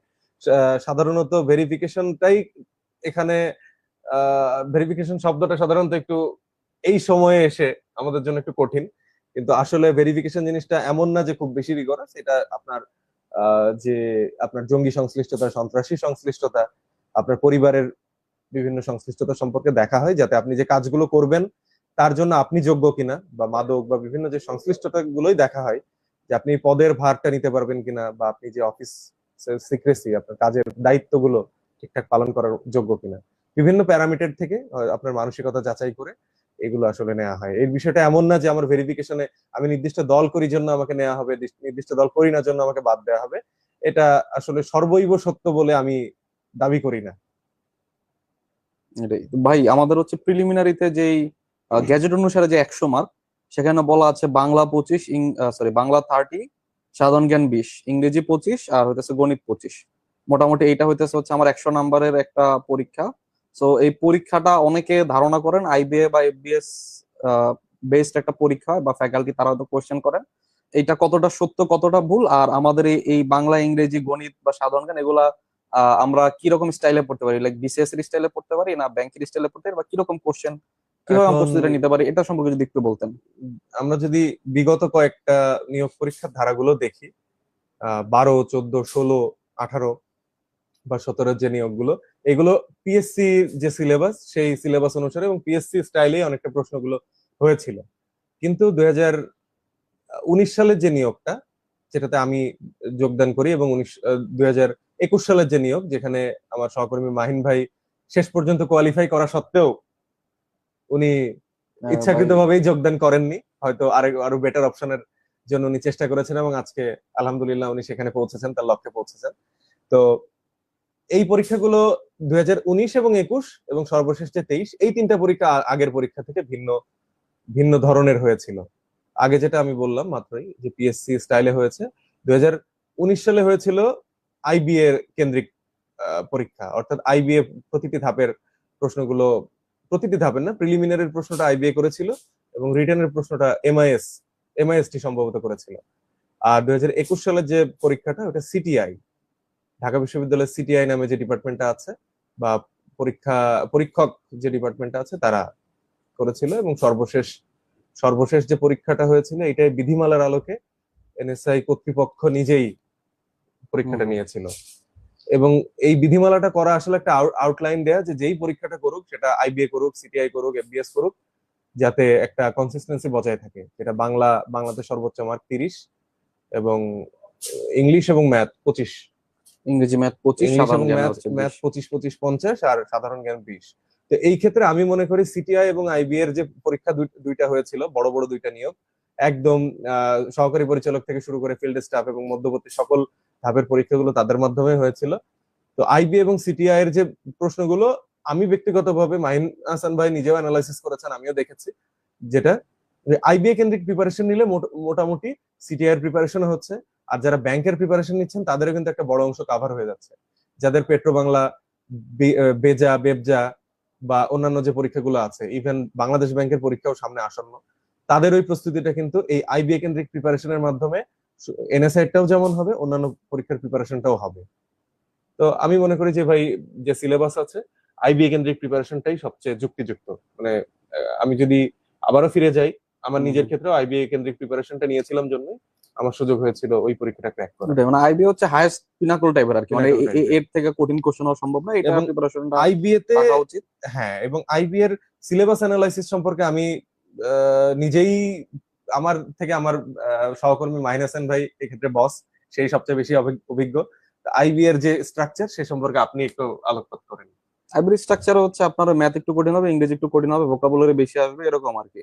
আর আমি এনএসআই এর হচ্ছে লাস্ট যে পরীক্ষাটা দেখলাম, সেখানে দেখলাম যে ম্যাথ বাংলায় আসতেছে, এডি এডি এক্সামেও ম্যাথ বাংলায় বাংলায়। আসতেছে। তো সেই ক্ষেত্রে হচ্ছে আপনার আইবিএ বেস প্রিপারেশন দিলে আপনার সবকিছু কভার হয়ে যাবে। বাট স্টিল যদি হচ্ছে আপনি ম্যাথে দুর্বল হন, সেক্ষেত্রে হচ্ছে আপনার ওই যে বিসিএস স্টাইল বা হচ্ছে পিএসসি নন ক্যাডার, বিসিএস বা পিএসসি নন ক্যাডার হচ্ছে একই টাইপের কোশ্চেন। তো আপনারা বেশি দুর্বল হলে আপনারা ওই লেভেলের প্রিপারেশন নিয়ে, লাইক ম্যাথ ককটেল বা গাইরুল বেসিক যে ম্যাথটা, ওইটা মোটামুটি কভার করে গেলেও হবে। বাট আমরা সাজেস্ট করবো আপনাকে আইবিএ বেস প্রিপারেশনটা চালু রাখার জন্য, কারণ আপনার সামনে প্রচুর পরিমাণে সার্কুলার আসতেছে, এবং আইবিএ বেস প্রিপারেশন নিলে আপনার কোনো না কোনো একটা ভালো জব, নবম দশম গ্রেডের আপনার কাঙ্ক্ষিত জব যেগুলো, সেগুলো হচ্ছে আপনার খুব দ্রুত হয়তো আপনারা পেয়ে যাবেন। ঠিক আছে, তো এটাই আর কি মোটামুটি আমাদের প্রিলি মোটামুটি আমরা আলোচনা করে ফেললাম। জিকের ক্ষেত্রে হচ্ছে যেটা আপনারা একটু খেয়াল করবেন, যে সাম্প্রতিকের উপর বেশ জোর দেওয়া হয়। তো সাম্প্রতিকটা হচ্ছে আমাদের একটু জানতে হবে। আর এছাড়াও বর্তমানে যে জুলাই বিপ্লব থেকে শুরু করে পরিবর্তিত পরিস্থিতি, এগুলো সম্পর্কে একটু আপডেট থাকলে আশা করি সাধারণ জ্ঞানে 20 মার্ক আপনারা একটা ভালো সাপোর্ট পাবেন। ইংরেজির ক্ষেত্রে আপনাদেরকে ভোকাবুলারি পড়তে হবে, ইংরেজির ক্ষেত্রে আপনাদেরকে সেন্টেন্স কারেকশন, গ্রামারের বেসিক যে রুল গুলো আছে, সেগুলো পড়লে আমি দেখছি যে মোটামুটি আপনার কভার করা সম্ভব। ঠিক আছে, আর হচ্ছে গণিতের ক্ষেত্রে যেটা বললাম, ভাইও বললো যে আইবিএস প্রিপারেশন নিলে বেস্ট হয়। বাট আপনারা যারা হচ্ছে ম্যাথ একটু দুর্বল, তারা কিন্তু হচ্ছে যে বাংলা যেহেতু ম্যাথ আসতেছে, সো আপনারা বিসিএস বা পিএসসি রিলেটেড যে ম্যাথ সিলেবাস, সেটা ফলো করলেও আপনাদের যতটা সম্ভব হোপফুলি কভার হয়ে যাবে। ঠিক আছে, আর এরপরে ভাই তাহলে আমরা লিখিত পরীক্ষায় চলে যাই। লিখিত পরীক্ষার আরেকটা ক্ষেত্রে জিনিস, আপনাদের এই 100 মার্কের পরীক্ষা তো 60 মিনিটে হচ্ছে, রাইট? তো 60 মিনিটে 100 মার্কের পরীক্ষাটা কিন্তু খুব টাফ। এবং এনএসআই বা এই টাইপের যে জবগুলো আছে, পদ খুব কম থাকার কারণে প্রিলিতে হচ্ছে আপনারা বিসিএস এ যেরকম 20,000 মানুষ টিকেন, আমরা মনে করেন যে আমি তো বিসিএস প্রিলি টিকি, এ তো ডাল ভাত জিনিস আমার পক্ষে, আমি আইবিএর বা হচ্ছে এই যে এই টাইপের পরীক্ষাগুলো টিকবো না, না আপনারা টিকবেন না। যেমন আমাদের সময় 102টা পোস্টের জন্য 1200 জন হচ্ছে টিকাইছিল প্রিলিতে, ভাইদের সময় হয়তো এরকম টিকাইছিল, এরকম লাস্টটাতে হচ্ছে আরো কম টিকাইছিল। সো 20,000-এর ভিতরে ঢুকে এক জিনিস, 15,000-এর ভিতরে ঢুকে এক জিনিস, টপ 400, 500, 800, 1000, 1200-এর ভিতরে ঢুকে আরেক জিনিস। অর্থাৎ আপনি 100-র ভিতরে 80, 85, 90 পেয়েও হয়তো আপনি চান্স নাও পেতে পারেন। ঠিক আছে, তো এইখানে হচ্ছে খেলাটা কিন্তু একটু অন্যরকম। বিসিএস এ যেরকম আপনার ওই কাটমার্ক এত কিছু হিসাব চলে, এখানে কাটমার্ক হিসাব না, আপনার প্রত্যেকটা কোশ্চেনের উত্তর কারেক্ট করার মতো মেন্টালিটি নিয়ে আপনার খেলায় নামতে হয়। ঠিক আছে, এবং হচ্ছে মাত্র 60 মিনিটে 100টা কোশ্চেন, অর্থাৎ 36 সেকেন্ডে একটা কোশ্চেন আপনার করতে হয় ইনক্লুডিং ম্যাথ। তো জিনিসটা যতটা সোজা বলতেছেন ততটা হয়তো সোজা হবে না। ঠিক আছে, আপনার প্রচুর পরিমাণে প্র্যাকটিস দরকার, মডেল টেস্ট দিয়ে বা নিজেকে হচ্ছে আস্তে আস্তে গড়ে তুলতে হবে। আপনার জানাই এনাফ না, আপনার শুধুমাত্র জানাই এনাফ না, আপনার ক্ষেত্রে স্ট্র্যাটেজি বড় একটা পার্থক্য গড়ে দিতে পারে। ঠিক আছে, তো মোটামুটি এই আমাদের প্রিলি আপনাদের জন্য হচ্ছে আমাদের পক্ষ থেকে সাজেশন। ভাই রিটেন পরীক্ষা দেখলাম যে 70 মার্কের রিটেন আসতেছে, বাংলা ইংরেজি, বাংলাতে হচ্ছে আপনার 15, ইংরেজিতে 20, গণিতে 20, সাধারণ জ্ঞানে হচ্ছে 15, অর্থাৎ বাংলা আর সাধারণ জ্ঞানে 15, ইংরেজি গণিতে 20, 20, 40। ঠিক আছে, লিখিত পরীক্ষায় 70 মার্ক, এইটার জন্য আমাদের 90 মিনিটস বরাদ্দ রয়েছে। এইটা সম্পর্কে যদি এই আমাদের একটু ক্ষেত্রে আলোকিত আচ্ছা, করতেন। আমি একটা ছোট জিনিস স্কিপ করে গিয়েছি, সেটা হচ্ছে কম্পিউটার টেস্ট। ভাইবার সাথে একটা কম্পিউটার টেস্ট হয় সাধারণত। ভাইবা আসতেছি ভাই, আচ্ছা, লিখিতটা শেষ করে নিই। লিখিতর ক্ষেত্রে যেটা হয় সাধারণত বাংলা, আমার প্রিলির জন্য যেগুলো পড়ছি বাংলার ক্ষেত্রে সেগুলো দিয়ে কভার হয়ে যায়, এবং ইংলিশের ক্ষেত্রে মোটামুটি ইংলিশের বেসিক স্কিল থাকলে হয়তো একটা এসে দিতে পারে। এসে এর সাথে মূলত এসেই দেওয়া হয়, এবং বাংলা ব্যাকরণের সাথে বাংলা এবং সাধারণ জ্ঞান মিলে একটা রচনা দিতে পারে, হয়তো কোনো কিছু বিশ্লেষণ করতে দিতে পারে, সাম্প্রতিক কোনো ঘটনা নিয়ে আপনাকে মতামত জানতে চাইতে হতে পারে। তো এই জিনিসগুলো বিশ্লেষণ করার যে ক্ষমতা, অর্থাৎ বিসিএস রিটেন বা ব্যাংক রিটেনের যে প্রস্তুতি, সেই প্রস্তুতির সাথে একটা অ্যালাইনমেন্ট যদি আপনার থাকে, সেই ক্ষেত্রে এই রিটেনটা আপনার ক্র্যাক করা সম্ভব। তবে সাধারণত এই রিটেনটা যেহেতু আপনার মানসিক দক্ষতাকে বা মানসিক যে আপনার অবস্থা সেটা যাচাই করা হয়, সেই ক্ষেত্রে আপনি যত বেশি তথ্য নির্ভর লিখতে পারবেন রচনাগুলো, সেটা আপনাকে অন্যদের থেকে, অন্য পরীক্ষার্থীর থেকে এগিয়ে রাখতে সাহায্য করবে। এবং বর্তমান প্রেক্ষাপট এবং বর্তমান রাজনৈতিক প্রেক্ষাপট, অর্থনৈতিক প্রেক্ষাপট সম্পর্কে একটা যদি স্বচ্ছ ধারণা থাকে, এবং সেটা অনুসারে যদি আপনি আপনার একটা মতামত দুই পক্ষেই, পক্ষে বিপক্ষে দিয়ে একটা লেখার একটা অভ্যাস জারি রাখেন, আশা করি একটা রিটেনে ভালো মার্ক রাখতে পারবেন। তো প্রস্তুতির ক্ষেত্রে যেটা প্রিলির জন্য যে প্রস্তুতিগুলো নিবেন আপনি, সেই প্রস্তুতি তো জারি রাখতেই হবে, পাশাপাশি যে সাম্প্রতিক ঘটনাবলী এবং রিটেনের যে প্রস্তুতি আছে সেই বিষয়ে একটু জোর দিতে হবে। এবং যে কোনো জিনিস সামারি করার, যে কোনো জিনিস বিশ্লেষণ করা, মত আপনার মতকে প্রতিষ্ঠিত করার যে ক্ষমতা, এই জিনিসটা লেখনীতে ধারণ করতে হবে। আচ্ছা, ধন্যবাদ ভাই, খুব চমৎকার ভাবে ভাই বলেছেন। আর আমার ব্যক্তিগতভাবে পরীক্ষা দেওয়ার অভিজ্ঞতা থেকে আমার কাছে মনে হচ্ছে, আপনারা যারা বিসিএস এর লিখিত সিলেবাসটা জানেন বা বিসিএস লিখিততে অংশগ্রহণ করেছেন অথবা অন্তত পরীক্ষার প্রশ্নগুলো দেখেছেন, বিসিএস এ দেখবেন যে আন্তর্জাতিক নিরাপত্তা, স্বরাষ্ট্র নিরাপত্তা, মানে নিরাপত্তা রিলেটেড কিছু ইস্যু থাকে, বিশেষ করে আন্তর্জাতিক বিভিন্ন অর্গানাইজেশনের সাথে হচ্ছে কি পরিমাণ কি চলতেছে, বা ইন্টারন্যাশনালি যে গ্লোবাল ওয়ারফেয়ার বা এই টাইপের যে জিনিসগুলো আছে, এগুলো আমার কাছে মনে হয়েছে যে এনএসআই এর যে ভাই বললো যে বাংলা এবং সাধারণ জ্ঞান মিলে যে রচনা বা ফোকাস রাইটিং বা ছোট টিকা এইসব যে দিচ্ছে, এই জিনিসগুলো অনেকটা ওই জিনিসগুলোর সাথে অ্যালাইন থাকে। ঠিক আছে ভাই, যেটা বললো সাম্প্রতিক বিভিন্ন ইস্যুস, এবং ইস্যুস গুলোর ভিতরে কোনগুলো ইস্যুস আপনার, যেমন মনে করেন যে ব্যাংকের ক্ষেত্রে আমরা অর্থনৈতিক ইস্যুস গুলো বেশি জোর দেই, হ্যাঁ, তো এইখানে আমাদের বেশি জোর দিতে হবে নিরাপত্তা রিলেটেড যে ইস্যুস গুলো আছে, বিভিন্ন যুদ্ধ বা হচ্ছে এটার যে প্রভাব ফলাফল। যেমন হচ্ছে আমাদের আমাদের সমাজে পরীক্ষাটা হয়েছিল, সেখানে হচ্ছে খুব সুন্দর সুন্দর কিছু ফোকাস রাইটিং টাইপের, বা ওই যে আপনারা যেটা হচ্ছে 15 মার্কের প্রবলেম সলভিং করে সুন্দর সুন্দর কিছু হচ্ছে দিয়েছিল, লাইক আফগানিস্তানে হচ্ছে ক্ষমতার পালাবদলের ফলে আমাদের যেই সাউথ এশিয়ার যে রাজনীতি, সাউথ এশিয়ার যে নিরাপত্তা, সেটা কতটুকু হচ্ছে লগা আপনার প্রভাবিত হবে, এটা কতটা পজিটিভলি আপনি দেখতেছেন, কতটা নেগেটিভলি আপনি দেখতেন, খুব সুন্দরভাবে এই জিনিসটা এসেছিল। এরপরে হচ্ছে লগা খুব সম্ভবত তখন হচ্ছে রাশিয়া ইউক্রেন যুদ্ধ তখনও খুব সম্ভবত শুরু হয়েছে কি হয়নি, কোভিড পরবর্তী বিভিন্ন সিচুয়েশনে বিভিন্ন জায়গায় হচ্ছে বিভিন্ন ইস্যুস ছিল আর কি।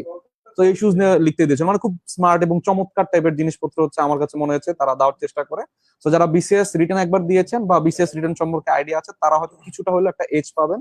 আর ইংরেজির ক্ষেত্রে আপনার ইংরেজি লেখার দক্ষতা, আপনার যে হচ্ছে ব্যাংকের ক্ষেত্রে যেরকম আপনাদের ফিনান্সিয়াল ইনক্লুশন পড়ে গেলে কিছু না কিছু লেখা দিয়ে আসতে পারবো, এত ইজিলি হয়তো এত হচ্ছে ইজি শর্ট হয়তো আপনারা হয়তো পাবেন না। আপনাদের একদমই হচ্ছে র্যান্ডম কোন একটা ইংরেজি টপিকে আপনাদের লিখতে হইতে পারে, র্যান্ডম।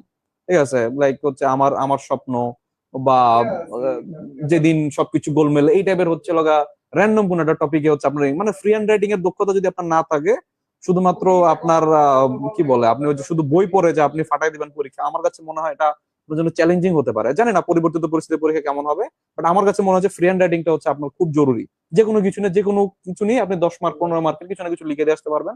এই জিনিসটা বিল্ড আপ করা দরকার, ইংরেজিতে বিশেষ করে ভালো ভালো ভোকাবুলারি ইউজ করা, টেকনিক্স ইউজ করা, গ্রামাটিক্যাল রুলে ভুল না করা, ঠিক আছে? এবং হচ্ছে লেখার যে মাধুর্য আছে, একটা ছন্দ আছে লেখার ভিতরে। আমি আপনাদেরকে ক্লাস নিয়েছিলাম, অনেকে হয়তো জানেন যে 5টা জিনিস আমি পড়াই ফ্রি হ্যান্ড রাইটিং এর ক্ষেত্রে। ওই 5টা জিনিস সম্পর্কে যদি আপনারা একটু ভালো আইডিয়া রাখেন, হোপফুলি খুব ভালো একটা রিটার্ন হয়তো আপনাদের পক্ষে দেওয়া সম্ভব। হোপফুলি এই আর কি মোটামুটি লিখিত পরীক্ষার ইস্যু। এরপরে হচ্ছে আমাদের মৌখিক পরীক্ষা এবং ব্যবহারিক পরীক্ষা খুব সম্ভবত একই দিনে হয়। মৌখিক পরীক্ষা আমাদের গ্যাজেট অনুসারে এখানে বলা আছে যে 30 মার্কস এর হচ্ছে আমাদের মৌখিক পরীক্ষা হয়ে থাকে, আর এর পাশাপাশি একটা ব্যবহারিক পরীক্ষা হয়ে থাকে কম্পিউটারের দক্ষতা। সেখানে উত্তীর্ণ এবং অনুত্তীর্ণ হচ্ছে ইস্যু, সেখানে আলাদা করে কোনো মার্ক থাকে না বা যোগ হয় না। ওখানে হয় উত্তীর্ণ হইলে আপনি টিকবেন, না হলে হচ্ছে আপনি বাদ। আমি গ্যাজেট পড়ে যেটা বুঝতেছি, বাকিটা হচ্ছে আমি ফয়সাল ভাইকে জিজ্ঞেস করবো যে ভাই একটু যদি আমাদের এক্স্যাক্টলি মাহিন হাসান ভাই যেটা বললেন অনেকটা সেরকমই। ভাইবার ক্ষেত্রে সাধারণত আপনার অ্যাপিয়ারেন্স, আপনার বডি ল্যাঙ্গুয়েজ, আপনার কনফিডেন্স, আপনার কথা বলা এবং আপনার উপস্থাপনার দক্ষতাটাকে প্রাধান্য দেওয়া হয়। হয়তো আপনি আমি একটা জিনিস নাই জানতে পারি, যেরকম বিসিএস ভাইবার ক্ষেত্রেও আপনি বা আমি কেউই 100% মার্কটা অ্যান্সার করতে পারেনি, কিন্তু হয়তো সৃষ্টিকর্তা সেদিন সদয় ছিলেন বা আমাদের উপস্থাপনা সেদিন আমাদের ব্যর্থতাটাকেও আমরা এমন ভাবে উপস্থাপন করতে পেরেছিলাম, হয়তো যিনি যে বোর্ডে যারা ছিলেন তারা পছন্দ করেছিলেন। তো এই জিনিসগুলোই হয়তো দেখা হয়। 30 মার্ক হয়তো বিসিএস ভাইবার তুলনায় মার্কটা অনেক কম, কিন্তু এই মার্কটাও কিন্তু অনেক সময় একটা ডিফারেন্স ক্রিয়েট করে ফেলে, যেহেতু প্রিলির মার্কটা কাউন্ট হয় না, শুধু রিটেনের মার্কটা কাউন্ট হয়। তো রিটেনের মার্কে খুব বেশি ডিফারেন্স থাকে না, তো এই 30 মার্কও খুব গুরুত্বপূর্ণ। তো এই ক্ষেত্রে আমি যদি প্রিলিতে ভালো করে প্রিপারেশন নেই, রিটেন কিন্তু অর্ধেক প্রিপারেশন হয়ে যায়। রিটেনের যদিও ভাই এক্সপ্লেন করলেন, আমি আরেকবার পুনরাবৃত্তি করছি সেগুলোই, যে ইংরেজির ক্ষেত্রে যদি একটা দক্ষতা আপনার গ্রামাটিক্যাল থাকে, এখানে যদি খুব ভালো প্রশ্ন, খুব ইজি প্রশ্ন হয়, ট্রান্সলেশন আসতে পারে। আর যদি ইজি না হয়, একটা ফ্রি হ্যান্ড যে কোনো জিনিসে আসতে পারে, একটা ক্রিটিক্যাল কিছুতেও আসতে পারে, হয়তো সিরিয়ার সাম্প্রতিক যে বিপ্লব বা সাম্প্রতিক যে ঘটনা প্রবাহ সেটা নিয়েও আসতে পারে। আবার হতে পারে আপনার স্বপ্ন বা যে কোনো কিছু নিয়ে হতে পারে, যে আপনার শখ নিয়েও আসতে পারে। আপনার ফ্রি হ্যান্ড দক্ষতা এবং আপনার মন, আপনার মানসিক অবস্থাটাকে যাচাই করা, যে আপনি কি মানসিক অবস্থাটা কোন স্তরে আছে, আপনি কি এখনো শিশু সুলভ চিন্তা করেন, নাকি আপনি প্রফেশনাল পরীক্ষায় আপনি নিজের প্রফেশনালিজমটা কি কিছুটা শো করতে পারেন, এই জিনিসটাই যাচাই করা হয়। আর পাশাপাশি যেটা লিখিত অঙ্কটা সাধারণত প্রিলির অঙ্কের থেকে কিছুটা সহজ হয়ে থাকে। মূলত এই বিসিএস এর যে সিলেবাস বা 9, 10, 11, 12 এর যে ম্যাথস গুলো আছে, হায়ার ম্যাথ সাধারণত এখানে অ্যাভয়েড করা হয়, জেনারেল ম্যাথ থেকে প্রশ্নগুলো হয়ে থাকে। আর ভাইবার ক্ষেত্রে এই প্রিলি রিটেনের বেসিসেই আপনার যে স্বাভাবিক জ্ঞান এবং সাম্প্রতিক ইস্যুগুলোর ভিত্তিতে আপনার যে মতামত এবং বিশ্লেষণ, এগুলোকেই আপনাকে যাচাই করবে। তার থেকে বড় কথা, আপনার নিজের মধ্যে আপনি নিজের ব্যক্তিত্বকে কতটা ধারণ করতে পারেন, কতটা প্রদর্শন করতে পারেন, সেই জিনিসটাকেই দেখা হয়। কম্পিউটারের ক্ষেত্রে বেসিক কম্পিউটার ফাংশনটাই গুরুত্বপূর্ণ। এর জন্য আপনার কোর্সও এখন থেকে কোর্সও করা লাগবে না, কিছুই করা লাগবে না। যারা কম্পিউটার, যাদের অনেকেই হয়তো আমাদের কম্পিউটার নিজের নাও থাকতে পারে বা কিছুটা দুর্বলতা থাকতে পারে, সেটা আপনার খুব বেশি দিন সময় লাগবে না। ওই সময় পরীক্ষার মাঝখানে যে গ্যাপ থাকবে, হয়তো কিছুটা টাইপিং থাকতে পারে, কিছুটা আপনার মেইল করা বা আপনার পাওয়ার পয়েন্ট প্রেজেন্টেশন বানানো, Word, Word, PowerPoint, Excel, এইগুলো নিয়ে আসতে পারে। এই ক্ষেত্রে আপনি উত্তীর্ণ, অনুত্তীর্ণ হলে এই ক্ষেত্রে একটা শঙ্কার বিষয়। সাধারণত এটা খুব বেশি প্র্যাকটিসের দরকার হয় না, 7-8 দিন হাইয়েস্ট প্র্যাকটিস করলে এটা হয়ে যায়। অন্তত ওই সময় মানসিক যে আপনার যদি মানসিক ইচ্ছা থাকে, বা আপনি 3-4 দিনে এই দক্ষতাটা আনা সম্ভব। কিন্তু মেইন ফোকাস যেটা, যদি আমার কনফিডেন্সটা গ্রো থাকে আমার প্রিপারেশনের ক্ষেত্রে, প্রিলির ক্ষেত্রে, রিটেনের ক্ষেত্রে, ভাইবার ক্ষেত্রে, আমার এইটা খুব ছোট একটা বিষয়, আমি অন্তত এইটুকু মনে করি।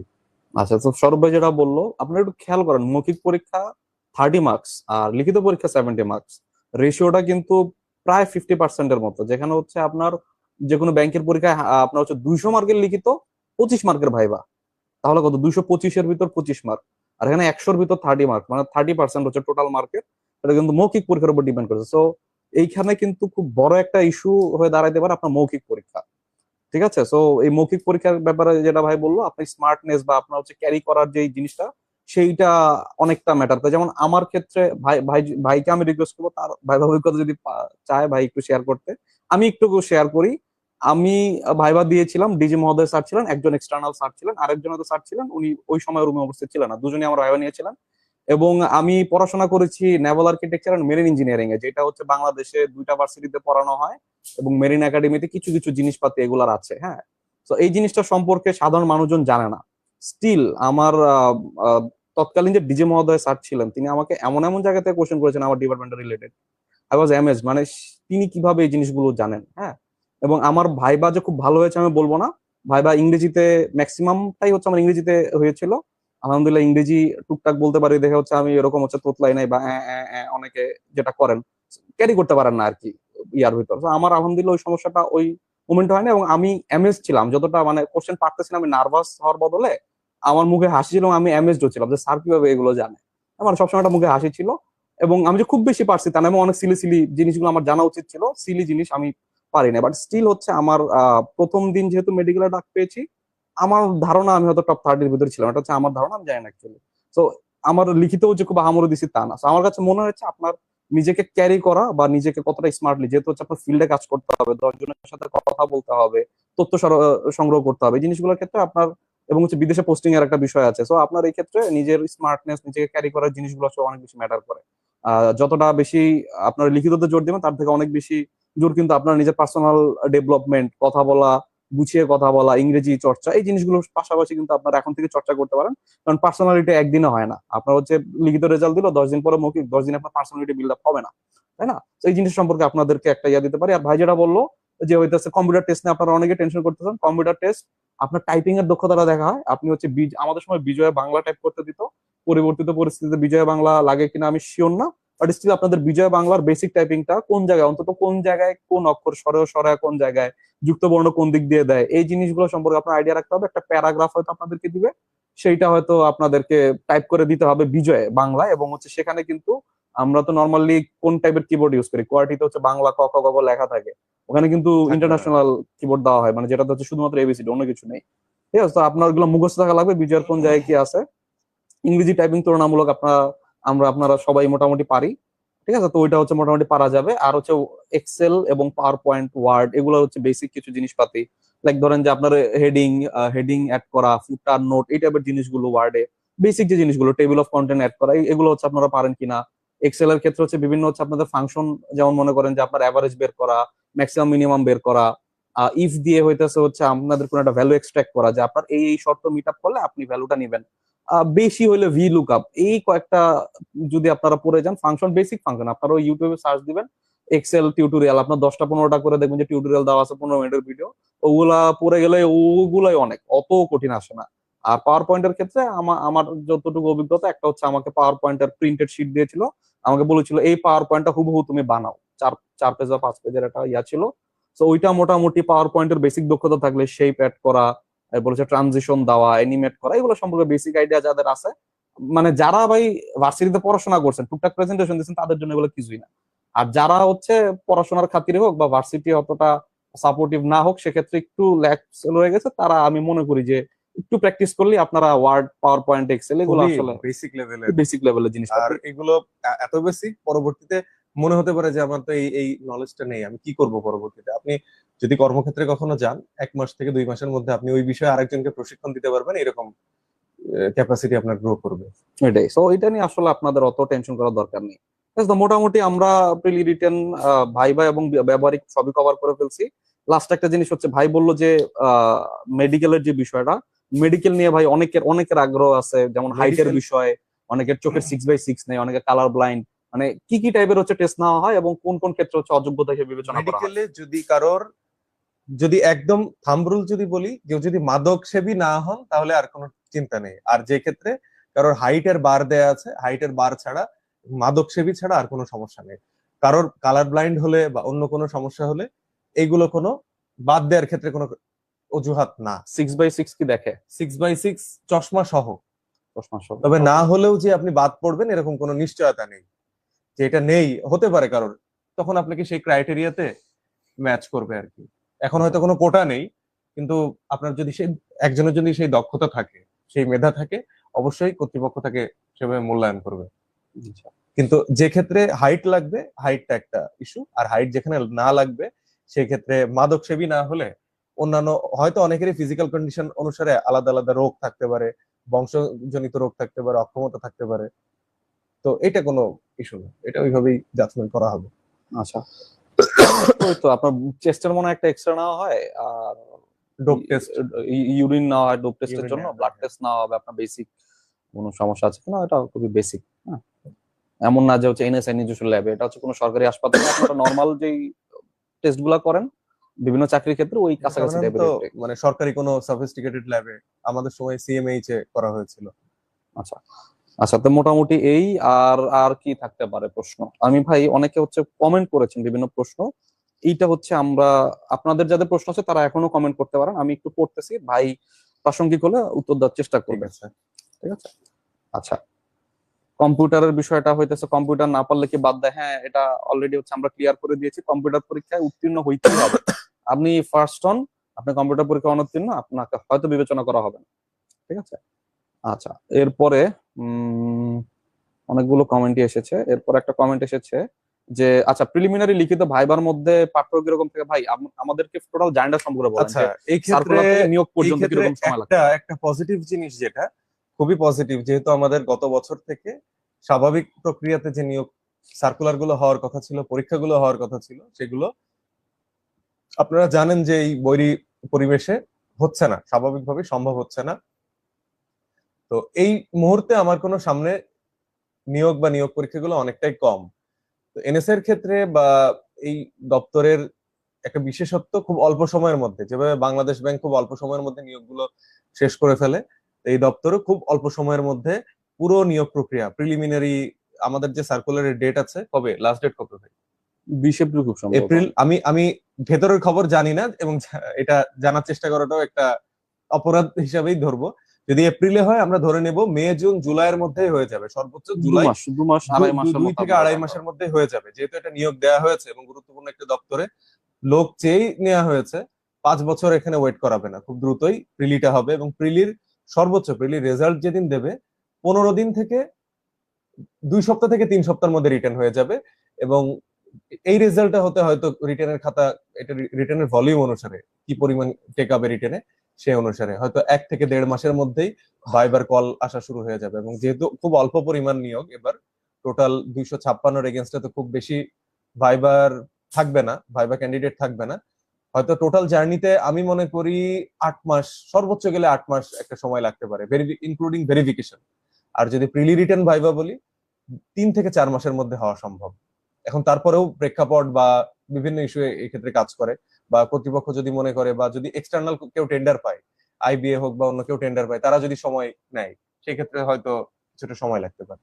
তবে এটা খুবই দ্রুততম সময়ের মধ্যে হবে, এইটুকু নিশ্চিত। আমাদের সময় ভাই দেখা গেছিল 102 জন নিয়োগ দিতে 7 মাসের মতো টাইম 7 নিচ্ছে। মাসের মধ্যে, এবং সব আশা করা যায় complete এই করতেছে। বছরের মধ্যেই তারা পদায়িত হবে। হ্যাঁ, তো এটা এটা কিন্তু খুব ভালো একটা জিনিস, কারণ এক একটা যেহেতু আমার সার্কুলার। অন্য কোনো সার্কুলার নেই, হ্যাঁ। অন্য কোনো সার্কুলার যেগুলো আছে, এই যে এখন বিসিএস এর যেগুলো হয়তো 45-এর রিটার্নের রেজাল্ট দেবে, 46 রিটার্ন কেবল হবে, 47-এর প্রিলি হবে, একটা লগ, এইদিকে পিছনে আমার 44-এর ভাইবা শেষ হয়নি, এগুলো হইতে সময় লাগবে। বা ব্যাংকের যে সার্কুলার গুলো আছে, সম্ভবত এসওর 2টা সার্কুলার পেন্ডিং আছে, বা অফিসার জেনারেলের কয়েকটা সার্কুলার আছে, এইগুলো হতে সাল হতে ভিত্তিক সবগুলাই পেন্ডিং এইগুলো আছে। হতে হতে কিন্তু আমার প্যারালালি কিন্তু এটা যোগদান হয়ে অনেক চাকরি হয়ে যাবে। এক্ষেত্রে আমার ব্যক্তিগত যে অভিজ্ঞতা, আমি এনএসআর পরীক্ষা এবং দুদকের সহকারী পরিচালক, প্যারালালি দুইটাই একই সাথে দিচ্ছিলাম। কিন্তু যেদিন এনএসআর মেডিকেল হয়, সেদিন আবার দুদকের রিটেন, এরকম একটা ছিল। তো আমার দুটার একটা চুজ করতে হয়েছিল। তো আমি ওই সময় আমার যারা সিনিয়ররা ছিল তাদের সাথে যোগাযোগ করি। যোগাযোগ করার পরে এটা একটা টাফ ডিসিশন ছিল, যে একটা মেডিকেল একটা রিটেন। তো আমি বেছে নিয়েছিলাম মেডিকেল। তো ফরচুনেটলি আল্লাহ তাআলা সৌভাগ্য দিয়েছিলেন এনএসআই যোগদান করার। তো এনএসআই যোগদানের প্রায় 2.5 বছর পর ওই সেম নিয়োগের রিক্রুটমেন্টটা হয়। অর্থাৎ আমার 2.5 বছর আমার চাকরি করা শেষ, ট্রেনিং শেষ, আমার বেতন ভাতা দিয়ে নেওয়া শেষ, কিন্তু 2.5 বছর পর এসে দুদকের ওই নিয়োগে যারা উত্তীর্ণ হন তারা যোগদান করেন। তো এই ক্ষেত্রে এটা একটা অত্যন্ত পজিটিভ বিষয়। সো যাদের তাড়াতাড়ি চাকরি লাগবে ভাই, তারা ভাই পড়াশোনা করতে বসে যান। পরীক্ষা আসলেই আপনাদের অনেক কম্পিটিটিভ হবে। কোশ্চেন কতটা কঠিন ডাজন্ট ম্যাটার, পরীক্ষা কম্পিটিটিভ হবে, বেশ ভালো মার্ক পেয়ে আপনাদের টিকতে হবে। ঠিক আছে। আচ্ছা, তাই মোটামুটি ভাই এটা কভার করে ফেললো। এরপরে হচ্ছে একাধিক পদে আবেদন করা যায় কিনা। আমার জানা মতে সকাল এবং বিকালে দুটা পরীক্ষা হয়, মানে ফিল্ড অফিসার পরীক্ষাটা বিকালের সেশনে হয়, সকালের সেশনে এডি পরীক্ষা হয়। লাস্ট গুলাতে এরকমই দেখা গেছে। So আগের obviously- আগের সার্কুলারেতে এটা হ্যাঁ, যেত, যদি এই সার্কুলারতে যদি উল্লেখ করা না থাকে যে যাবে না, তাহলে করা যাবে। এবং আমার জানা মতে আমার পরিচিত অনেকে এবং আমার সাথেও যারা কাজ করেছে অনেকেই এমনও হয়েছে তারা একাধিক পদে চান্সও পেয়েছিল। ইভেন আমার অনেক সহকর্মী আছেন তারা ফিল্ড অফিসারেও টিকেছে, এডিতেও টিকেছে এবং এডি এডি পদে তারা চাকরি করেছে, এরকমও অনেকে ছিল। আমাদের সাথে একজন ছিল, সে হইতেছে ফিল্ড অফিসারের প্রিলি ফেল করছে, এডির প্রিলি দিয়ে রিটার্ন দিয়ে ভাইবা বন্ধ হয়ে গেছিল। ঠিক আছে, তো মানে কোনোটার প্রশ্ন যে সোজা হবে বা কঠিন হবে এটা আসলে ভাবার আসলে অবকাশ নেই। আচ্ছা, এরপরে হচ্ছে লুকোচুরির বিষয়টা বুঝলাম না ভাই। অপনা মাংসে হরিণা বৈরি, কথাটা কি বুঝেন? তো আপনি যদি একজন সফিস্টিকেটেড একটা জবে থাকেন, অবভিয়াসলি আপনার পরিচয়টা আপনার জন্যই হার্মফুল একটা হইতে পারে, তাই না? মানে আপনার পরিচয় জানতে পারলে তো অনেকে আপনাকে থ্রেট মনে করবে, তো এই কারণেই লুকোচুরি। তো এটা এটা আসলে না বুঝার আমি আসলে কিছু আমি নাই। একটু অ্যাড করি যে আমি কথার কথা, মাহিন হাসান ভাই একজন কর্মকর্তা, তিনি আমাকে নিয়ে তদন্ত করছেন। এখন আমি যদি জানি মাহিন হাসান ভাই তদন্ত করছেন, সে হয়তো ভালো ভালো কিছু নিয়েই করছেন, যে না আমি ফয়সাল চৌধুরী একটা ভালো মানুষ, কিন্তু আমার মনে হচ্ছে না আমি তো একটা গোপনে পাপ করেছি, সেটা যদি সে জেনে যায় তাহলে আমি কি করব? আমি তাকে আইদার ইনফ্লুয়েন্স করার চেষ্টা করব, সে ইনফ্লুয়েন্স না হলে তাকে কেনার চেষ্টা করব, যদি না কিনতে চাই তার ক্ষতি করার চেষ্টা করব। তো এই যে চাপে পড়বে কে? মাহিন হাসান ভাই। তো স্বাভাবিক তার কি করা উচিত ছিল? সে যদি কোনোভাবেই আমাকে জানতে না দেয় যে আমি ফয়সাল বিষয়ে সে কাজ করছে না, আমি যদি জানতে না পারি, তাহলে এই তিনটার কোনোটার হুমকি সে পাচ্ছে না। এই জন্য সাধারণত আপনার পরিচয়, আপনার কার্যক্রম যতটা লুকোচুরি রাখা সম্ভব। এবং আপনি হয়তো জানেনও না যে এই বিষয়ে কাজ হচ্ছে কিনা, আপনার কিন্তু সুপারিশ আসতে থাকবে, কিছুই করার নেই আপনার, কিন্তু আপনার সুপারিশ আসতে থাকবে। তো এই জন্য আপনি যতটা সিক্রেটিভ লাইফ লিড করবেন এবং সাধারণভাবেই আহ বাইরের দেশের বা বাইরের বিভিন্ন স্টেক হোল্ডার কিন্তু আপনার কার্যক্রম জানবে না, তারা আপনাকে সন্দেহবশত আপনাকে বা আপনার পরিবারকে বিপদে ফেলার চেষ্টা করতে পারে। এই আচ্ছা, জিনিসটা ধন্যবাদ ভাই। আর হাইটের বিষয়ে একজন জিজ্ঞেস করেছেন, পাসপোর্ট 3 বলা আছে, এর চেয়ে নিচে হবে কিনা? নিচে হবে। আমাদের আমাদের আমাদের আপনার যদি পাসপোর্ট 3ও থাকে, পাসপোর্ট 3.5ও থাকে, তাও আপনার একটু কনসিডার করা উচিত বিষয়টা।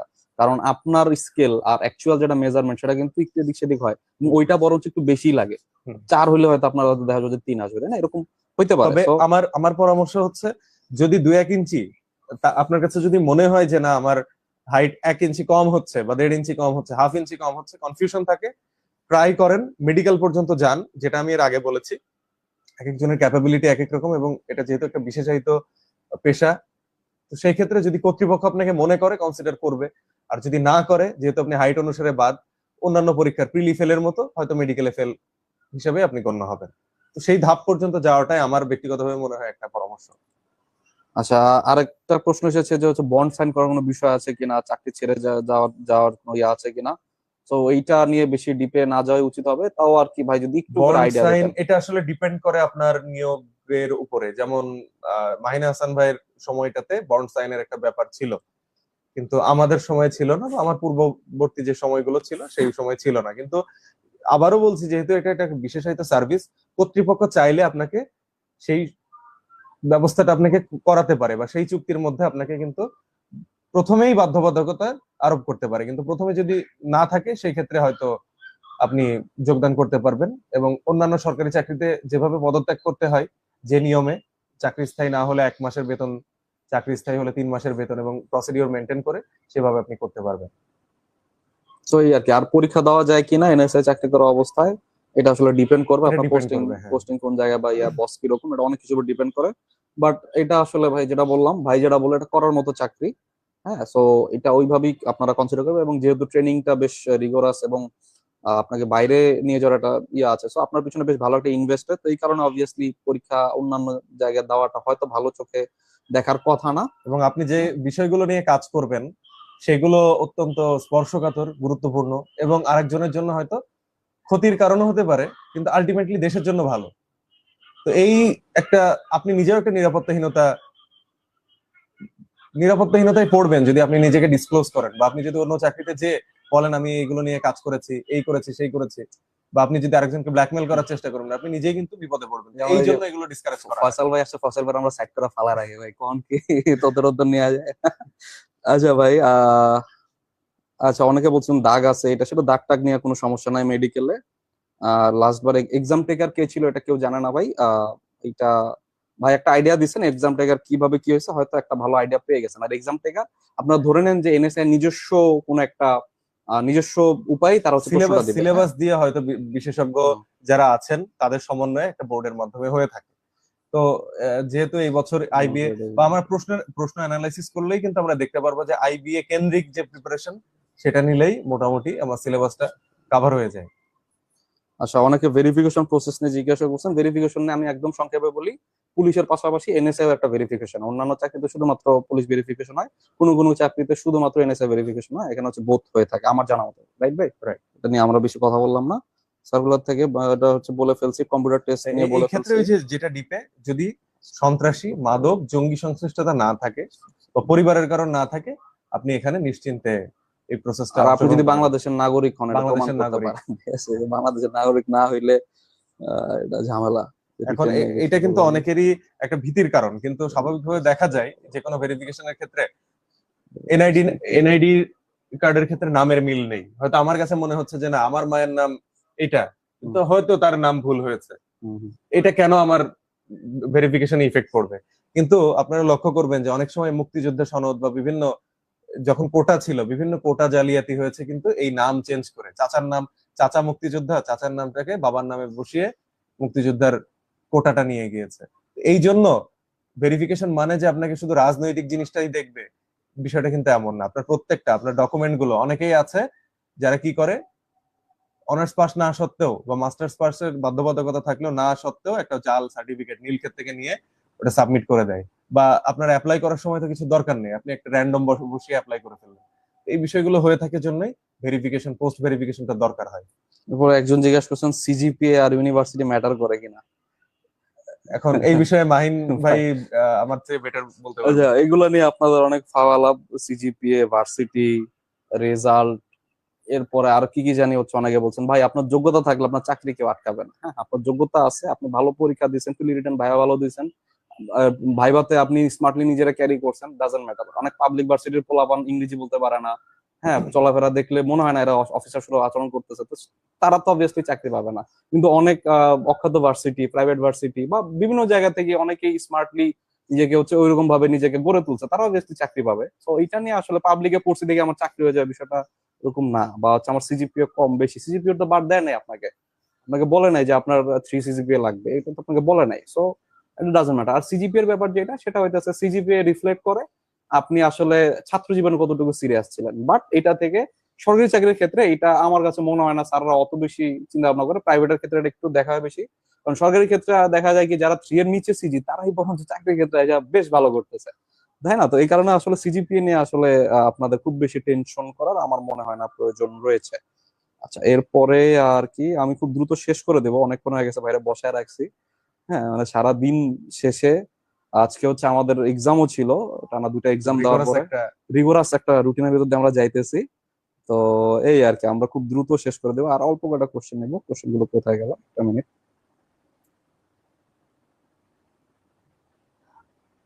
আপনারা প্রাসঙ্গিক কোশ্চেন করবেন, ফাঁক কোশ্চেন করলে তো সবকিছু উত্তর দিতে পারবো না আমরা। আচ্ছা, সিজিপিএম এটাকে তো করে ফেলছি, যে কোনো বলে ফেলছি, একাধিক পদে অ্যাপ্লাই বলে ফেলছি। এরপরে হচ্ছে কালার ব্লাইন্ডনেস নিয়ে ভাই তো বললো। এরপরে পলিটিক্যাল প্রেফারেন্স, এগুলো ফাও আলাপ, এগুলো আলাপ এখানে করে লাভ নাই। আপনার বললাম তো যোগ্যতা থাকলে আপনার চাকরি হবে, এইসব ফা কথাবার্তা।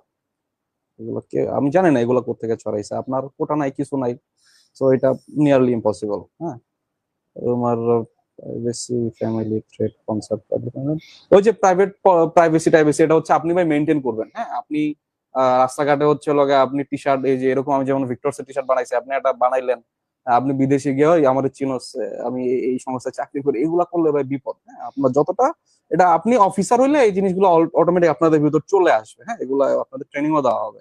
তো এইটা মানে আমি জানি না, আমি খুব কম মানুষকেই দেখছি এনএসআই চাকরি দেওয়ার পরে ঘটা করে পোস্ট দিছে, হয়ে গেল এই ফাটায় ফেলছে। যেমন আমি কত 2.5-3 বছর পরে, আমি জয়েনই করিনি, 2.5-3 বছর পরে সে আমি ডিসক্লোজ করতেছি যে আমার হয়েছিল।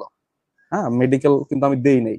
তো এইটা হচ্ছে আপনাদেরকে অবভিয়াসলি মেনটেন করতে হবে। এটা নিয়ে হচ্ছে লাফালাফি বা ফেসবুকে লাফালাফি করার কিছু নাই, বা প্রোফাইলে অ্যাড করার কিছু নাই যে আমি এই জায়গায় চাকরি করি। ইভেন হচ্ছে আপনার সার্কুলারে পর্যন্ত বলা নাই আপনি কোন সংস্থার আপনার নিয়োগ হচ্ছে। আপনার একটু খেয়াল করে দেয়, কোনো জায়গায় আমরা যে ওয়ার্ডটা ইউজ করতেছি এই ওয়ার্ডটা কোনো জায়গায় আপনার সার্কুলারে বলা নাই।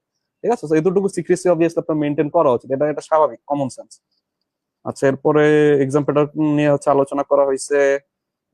সামরিক প্রশিক্ষণ দেওয়া হয় কিনা, কিরকম প্রশিক্ষণ দেওয়া হয় এটা ডিসক্লোজ করা উচিত হবে না, বাট মোটামুটি একটা আইডিয়া পেয়েছেন দেশে এবং বিশেষায়িত একটা বিদেশে। প্রতিষ্ঠান, হ্যাঁ, যেহেতু দেশে এবং একটা বিদেশে। বিশেষায়িত প্রতিষ্ঠান অনুসারে প্রাসঙ্গিক যে দক্ষতাগুলো আপনার থাকা দরকার সেই দক্ষতাগুলো গড়ে তোলা হয়, শুধু এইটুকুই বলতে পারি। আর ট্রেনিং কি, একটা ওয়ার্ড ইউজ করছে, আমি ওয়ার্ডটা বললাম না, ট্রেনিং কি অনেক বেশি রিগোরাস হয় কিনা, মানে আমাদের অনেক স্থূলকায় বন্ধু বান্ধব থাকতে পারে, তাদের ক্ষেত্রে এই ট্রেনিংটা ফেস করা কঠিন হবে কিনা, বা তাদেরকে ভাইবা থেকে বাদ দেওয়ার কোনো এক্ষেত্রে আমি ফিটনেস আবার বিষয়টা। শুরুর কথাই ফিরে যাই, আপনার যদি সেই মনোবল থাকে, চ্যালেঞ্জ নেওয়ার সেই ইচ্ছা আগ্রহ এবং মানসিক শক্তি থাকে, এগুলো কোনো বিষয় না। আপনি মোটা হন চিকন হন, মানসিক জোর যদি থাকে, আপনি এটা আসলে ফিজিক্যাল কোনো লেবারাস কোনো জব না, এটা মেন্টাল, অনেক বেশি মেন্টাল, অনেক বেশি সাইকোলজিক্যাল। তো আপনার সাইকোলজিক্যাল স্ট্রেস নেওয়ার যদি ক্যাপাসিটি থাকে, আপনি মোটা হন চিকন হন, এটা কোনো বিষয় না। আচ্ছা, এরপরে ম্যাথের বিষয়টা অলরেডি আমরা বলছি। ম্যাথের বিষয়টা আপনার ওই যে দেখবেন যে বাংলা টাইপের ম্যাথ আসে, সো পিএসসি রিলেটেড, বোর্ডের বই রিলেটেড যে ম্যাথ গুলো, ওগুলা একটু ভালো করে প্র্যাকটিস করতে হবে। আর এরপরে মোটামুটি আমরা সবই কভার করে ফেলছি, আমার মনে হয় না আর কিছু বাকি আছে বলা। ঠিক আছে, তো আমরা এখানে শেষ করে দিতে পারি। ঠিক আছে, তো আমরা একদম শুরু থেকে আপনার হচ্ছে চাকরিটার নেচার, চাকরিটা হচ্ছে আপনি কি পরিমাণ চ্যালেঞ্জেস ফেস করতে হবে, এর পাশাপাশি আপনি কি পরিমাণ রিওয়ার্ডেড হইতে পারেন বেতন ভাতা থেকে শুরু করে অন্যান্য সুযোগ সুবিধার মাধ্যমে, এটা নিয়ে হচ্ছে ভাই খুব সুন্দর করে আমাদের ফয়সাল চৌধুরী ভাই খুব সুন্দর করে হচ্ছে আমাদেরকে জিনিসগুলো খুব সুন্দরভাবে ব্যাখ্যা করেছেন। ফয়সাল ভাইকে ধন্যবাদ। এবং পরবর্তীতে যে পরীক্ষা পদ্ধতি সেটা নিয়ে খুব ভালোভাবে আলোকিত করেছেন। তো আপনার এটা এই বছরের one of the most demanding জবই আমি বলবো, কারণ যেই পরিমাণ ইদানিং আবার দেখতেছেন সার্কুলার অনেক আসতেছে, বাট যাই আসতেছে 1100 পদ 1200 পদ, এগুলার সার্কুলার শেষ হইতে ভাই প্রচুর সময় লাগে। তো যাদের দ্রুত চাকরি দরকার, হ্যাঁ, যাদের হচ্ছে বেকারত্বটা আসলে আপনাদেরকে পীড়াদায়ক একটা পরিস্থিতি নিয়ে যাচ্ছে, আপনারা এই কয়েকটা দিন খাটেন, আপনাদের জন্য এটা খুবই ভালো একটা ফলাফল বয়ে আনবে বলে আমি মনে করি। ঠিক আছে, এবং হচ্ছে খুব অল্প সময়, যেহেতু আপনি হয়তো এই বছরের ভিতরে আপনি একটা জব পেয়ে যাচ্ছেন, গভর্নমেন্ট জব, আইবাস থেকে বেতন হচ্ছে 9 গ্রেডের একটা জব, উইথ রেশন সুবিধা, আদার আদার যে সুবিধাগুলো আছে। সো মানে আমি মনে করি যে এটা আসলে আপনাদের জন্য একটা বিশাল অপরচুনিটি, এটা আসলে হেলায় নষ্ট করা উচিত হবে না। হ্যাঁ, আর অনেকেই হচ্ছে অনেক কিছু চিন্তা করেন যে ফ্যামিলিকে টাইম দেবো, এই করবো সেই করবো, একটু কাজের প্রেশার কম হলে ভালো হতো, এগুলো আসলে কোনো ইস্যুস না। হ্যাঁ, আপনি গভর্নমেন্ট যে কোনো জায়গাতেই আপনার আসলে ওই পরিমাণ এফোর্টটা আপনাকে দিতে হবে, এবং আপনি যদি ওই পরিমাণ এফোর্ট না দেন, কেউ যদি আপনাকে বলে আমার চাকরিতে তো কোনো কাজই নেই, সে আসলে কাজ করে না। বিষয়টা হচ্ছে এটাই, সে কাজ করে না, তার ডেস্কের কাছে ফেলে রাখে। ঠিক আছে, এবং তার কোনো জবাবদিহিতা নাই, এটা হচ্ছে ইস্যুস। কোনো ডেস্কে, সরকারি কোনো ডেস্কে যে কাজ নেই, সারাদিন ঘুরি ফিরি, এইসব হচ্ছে যারা বলে, এরা হচ্ছে চরম, মানে আমি কি বলবো, এদেরকে আসলে কিছু বলতে চাই না। তো এই জিনিসগুলো আপনারা ভাববেন না যে কোন চাকরিতে রিল্যাক্স রিল্যাক্স বলতে কিছু নাই। আপনার যেখানে আপনার অথরিটি আছে সেখানে আপনার রেসপন্সিবিলিটি অবশ্যই নিতে হবে। ঠিক আছে, এবং আপনার যত ভালো চাকরি তত বেশি আপনার রেসপন্সিবিলিটি, তত বেশি কাজের প্রেশার আসবে, স্বাভাবিক। ঠিক আছে, তো এই জিনিসটা আপনারা মাথায় রাখবেন। আর সর্বোপরি হইতেছে আপনাদের জন্য শুভকামনা রইলো। আমাদের ফয়সাল ভাইয়ের কাছ থেকে যদি আমাদের চাকরি প্রার্থীদের উদ্দেশ্যে হচ্ছে কিছু সর্বশেষ পরামর্শ, এবং আমরা বিদায় নিয়ে নিব আপনার পারমিশন অনুসারে, একটু যদি আমাদেরকে একটু হচ্ছে আমাদের এই বিষয়টা সম্পর্কে একটু বলতেন। আচ্ছা ভাই, মাহিন ভাইকে ধন্যবাদ। এই প্রথমবারের মতো আমি নিজেকে খুব সৌভাগ্যবান মনে করি। একটা আমার প্রথম চাকরি এবং প্রথম রিজিকের ব্যবস্থা এবং প্রথম একটা সম্মানেরও ব্যবস্থা এই চাকরির মধ্যে হয়েছে। তো এই সম্পর্কে পাবলিক প্ল্যাটফর্মে বলার যে সুযোগ দেয়া, আমি জানি না এটা মানে কতটা যৌক্তিক কি অযৌক্তিক, তবে আমার মাধ্যমে যদি কয়েকজন উপকৃত হন, পরবর্তীতে এই সার্ভিসে যোগদান করেন, তার মাধ্যমে যদি দেশ উপকৃত হয়, এই উদ্দেশ্য নিয়ে কিন্তু আমার আজকে আসা। এবং আমি মাহিন ভাইয়ের প্রতি আন্তরিকভাবে কৃতজ্ঞতা জ্ঞাপন করছি যে সেই সুযোগটা আমাকে দিয়েছে। আর সর্বশেষ যেটা বলতে চাই এই সার্ভিস সম্পর্কে, যে এটা অত্যন্ত নিয়মতান্ত্রিক একটা সার্ভিস, যেটা আমরা শুরুতেই বলেছি, যেহেতু এখানকার প্রধান আসেন ডিফেন্স থেকে এবং তারা অত্যন্ত নিয়মতান্ত্রিকতা পছন্দ করেন, এবং নিয়মতান্ত্রিকতা তাদের মধ্যে আছে বলেই ডিসিপ্লিন সার্ভিস জন্যই কিন্তু তারা প্রত্যেকটা দেশে দেখবেন স্ট্রাকচারটা তারা একইভাবে ধরে রাখেন এবং প্রত্যেকটা দেশকে একইভাবে সার্ভ করে থাকেন। তো এখানেও সেই চেইন অফ কমান্ড এবং যে ডিসিপ্লিনটা অত্যন্ত কঠোরভাবে মানা হয়, এটার মধ্যে যদি আপনি অভ্যস্ত হয়ে যান, এটাকে লাইফস্টাইল করতে পারেন, তাহলে আপনার নিজের জীবনটা তখন কিন্তু উপভোগ্য হবে। কিন্তু আপনি যদি না ওই শক্তিটা না থাকে মানসিক ভাবে, তাহলে এই চাকরিটা আপনার জন্য না। এবং আপনি যদি বারবার রিওয়ার্ডেড হতে চান, যে আমি এই কাজটা করলাম, সারাদিন খাটলাম, আমার পাশের বাড়ির এই লোকটা বা অন্য চাকরির এইজন সে তো অনেক কিছু করে ফেললো, কিন্তু আমি তো দিন শেষে কিছুই পেলাম না। কিন্তু আপনার কাছে দেখছেন দেশ উপকৃত হচ্ছে। হয়তো আপনি একটা, আপনার কাছে মনে হচ্ছে খুব ছোট একটা কাজ করছেন, কিন্তু আলটিমেটলি কিন্তু এই ছোট ছোট আপনার মতো ছোট ছোট কাজ মিলিয়েই কিন্তু একটা বৃহত্তর আউটকাম দিচ্ছে দেশকে। তখন এই তৃপ্তিটা যদি নিজে পেতে চান তবে এই সার্ভিস আপনার জন্য, আর যদি আপনি বারবার তুলনা করতে চান তবে এই সার্ভিস আপনার জন্য না।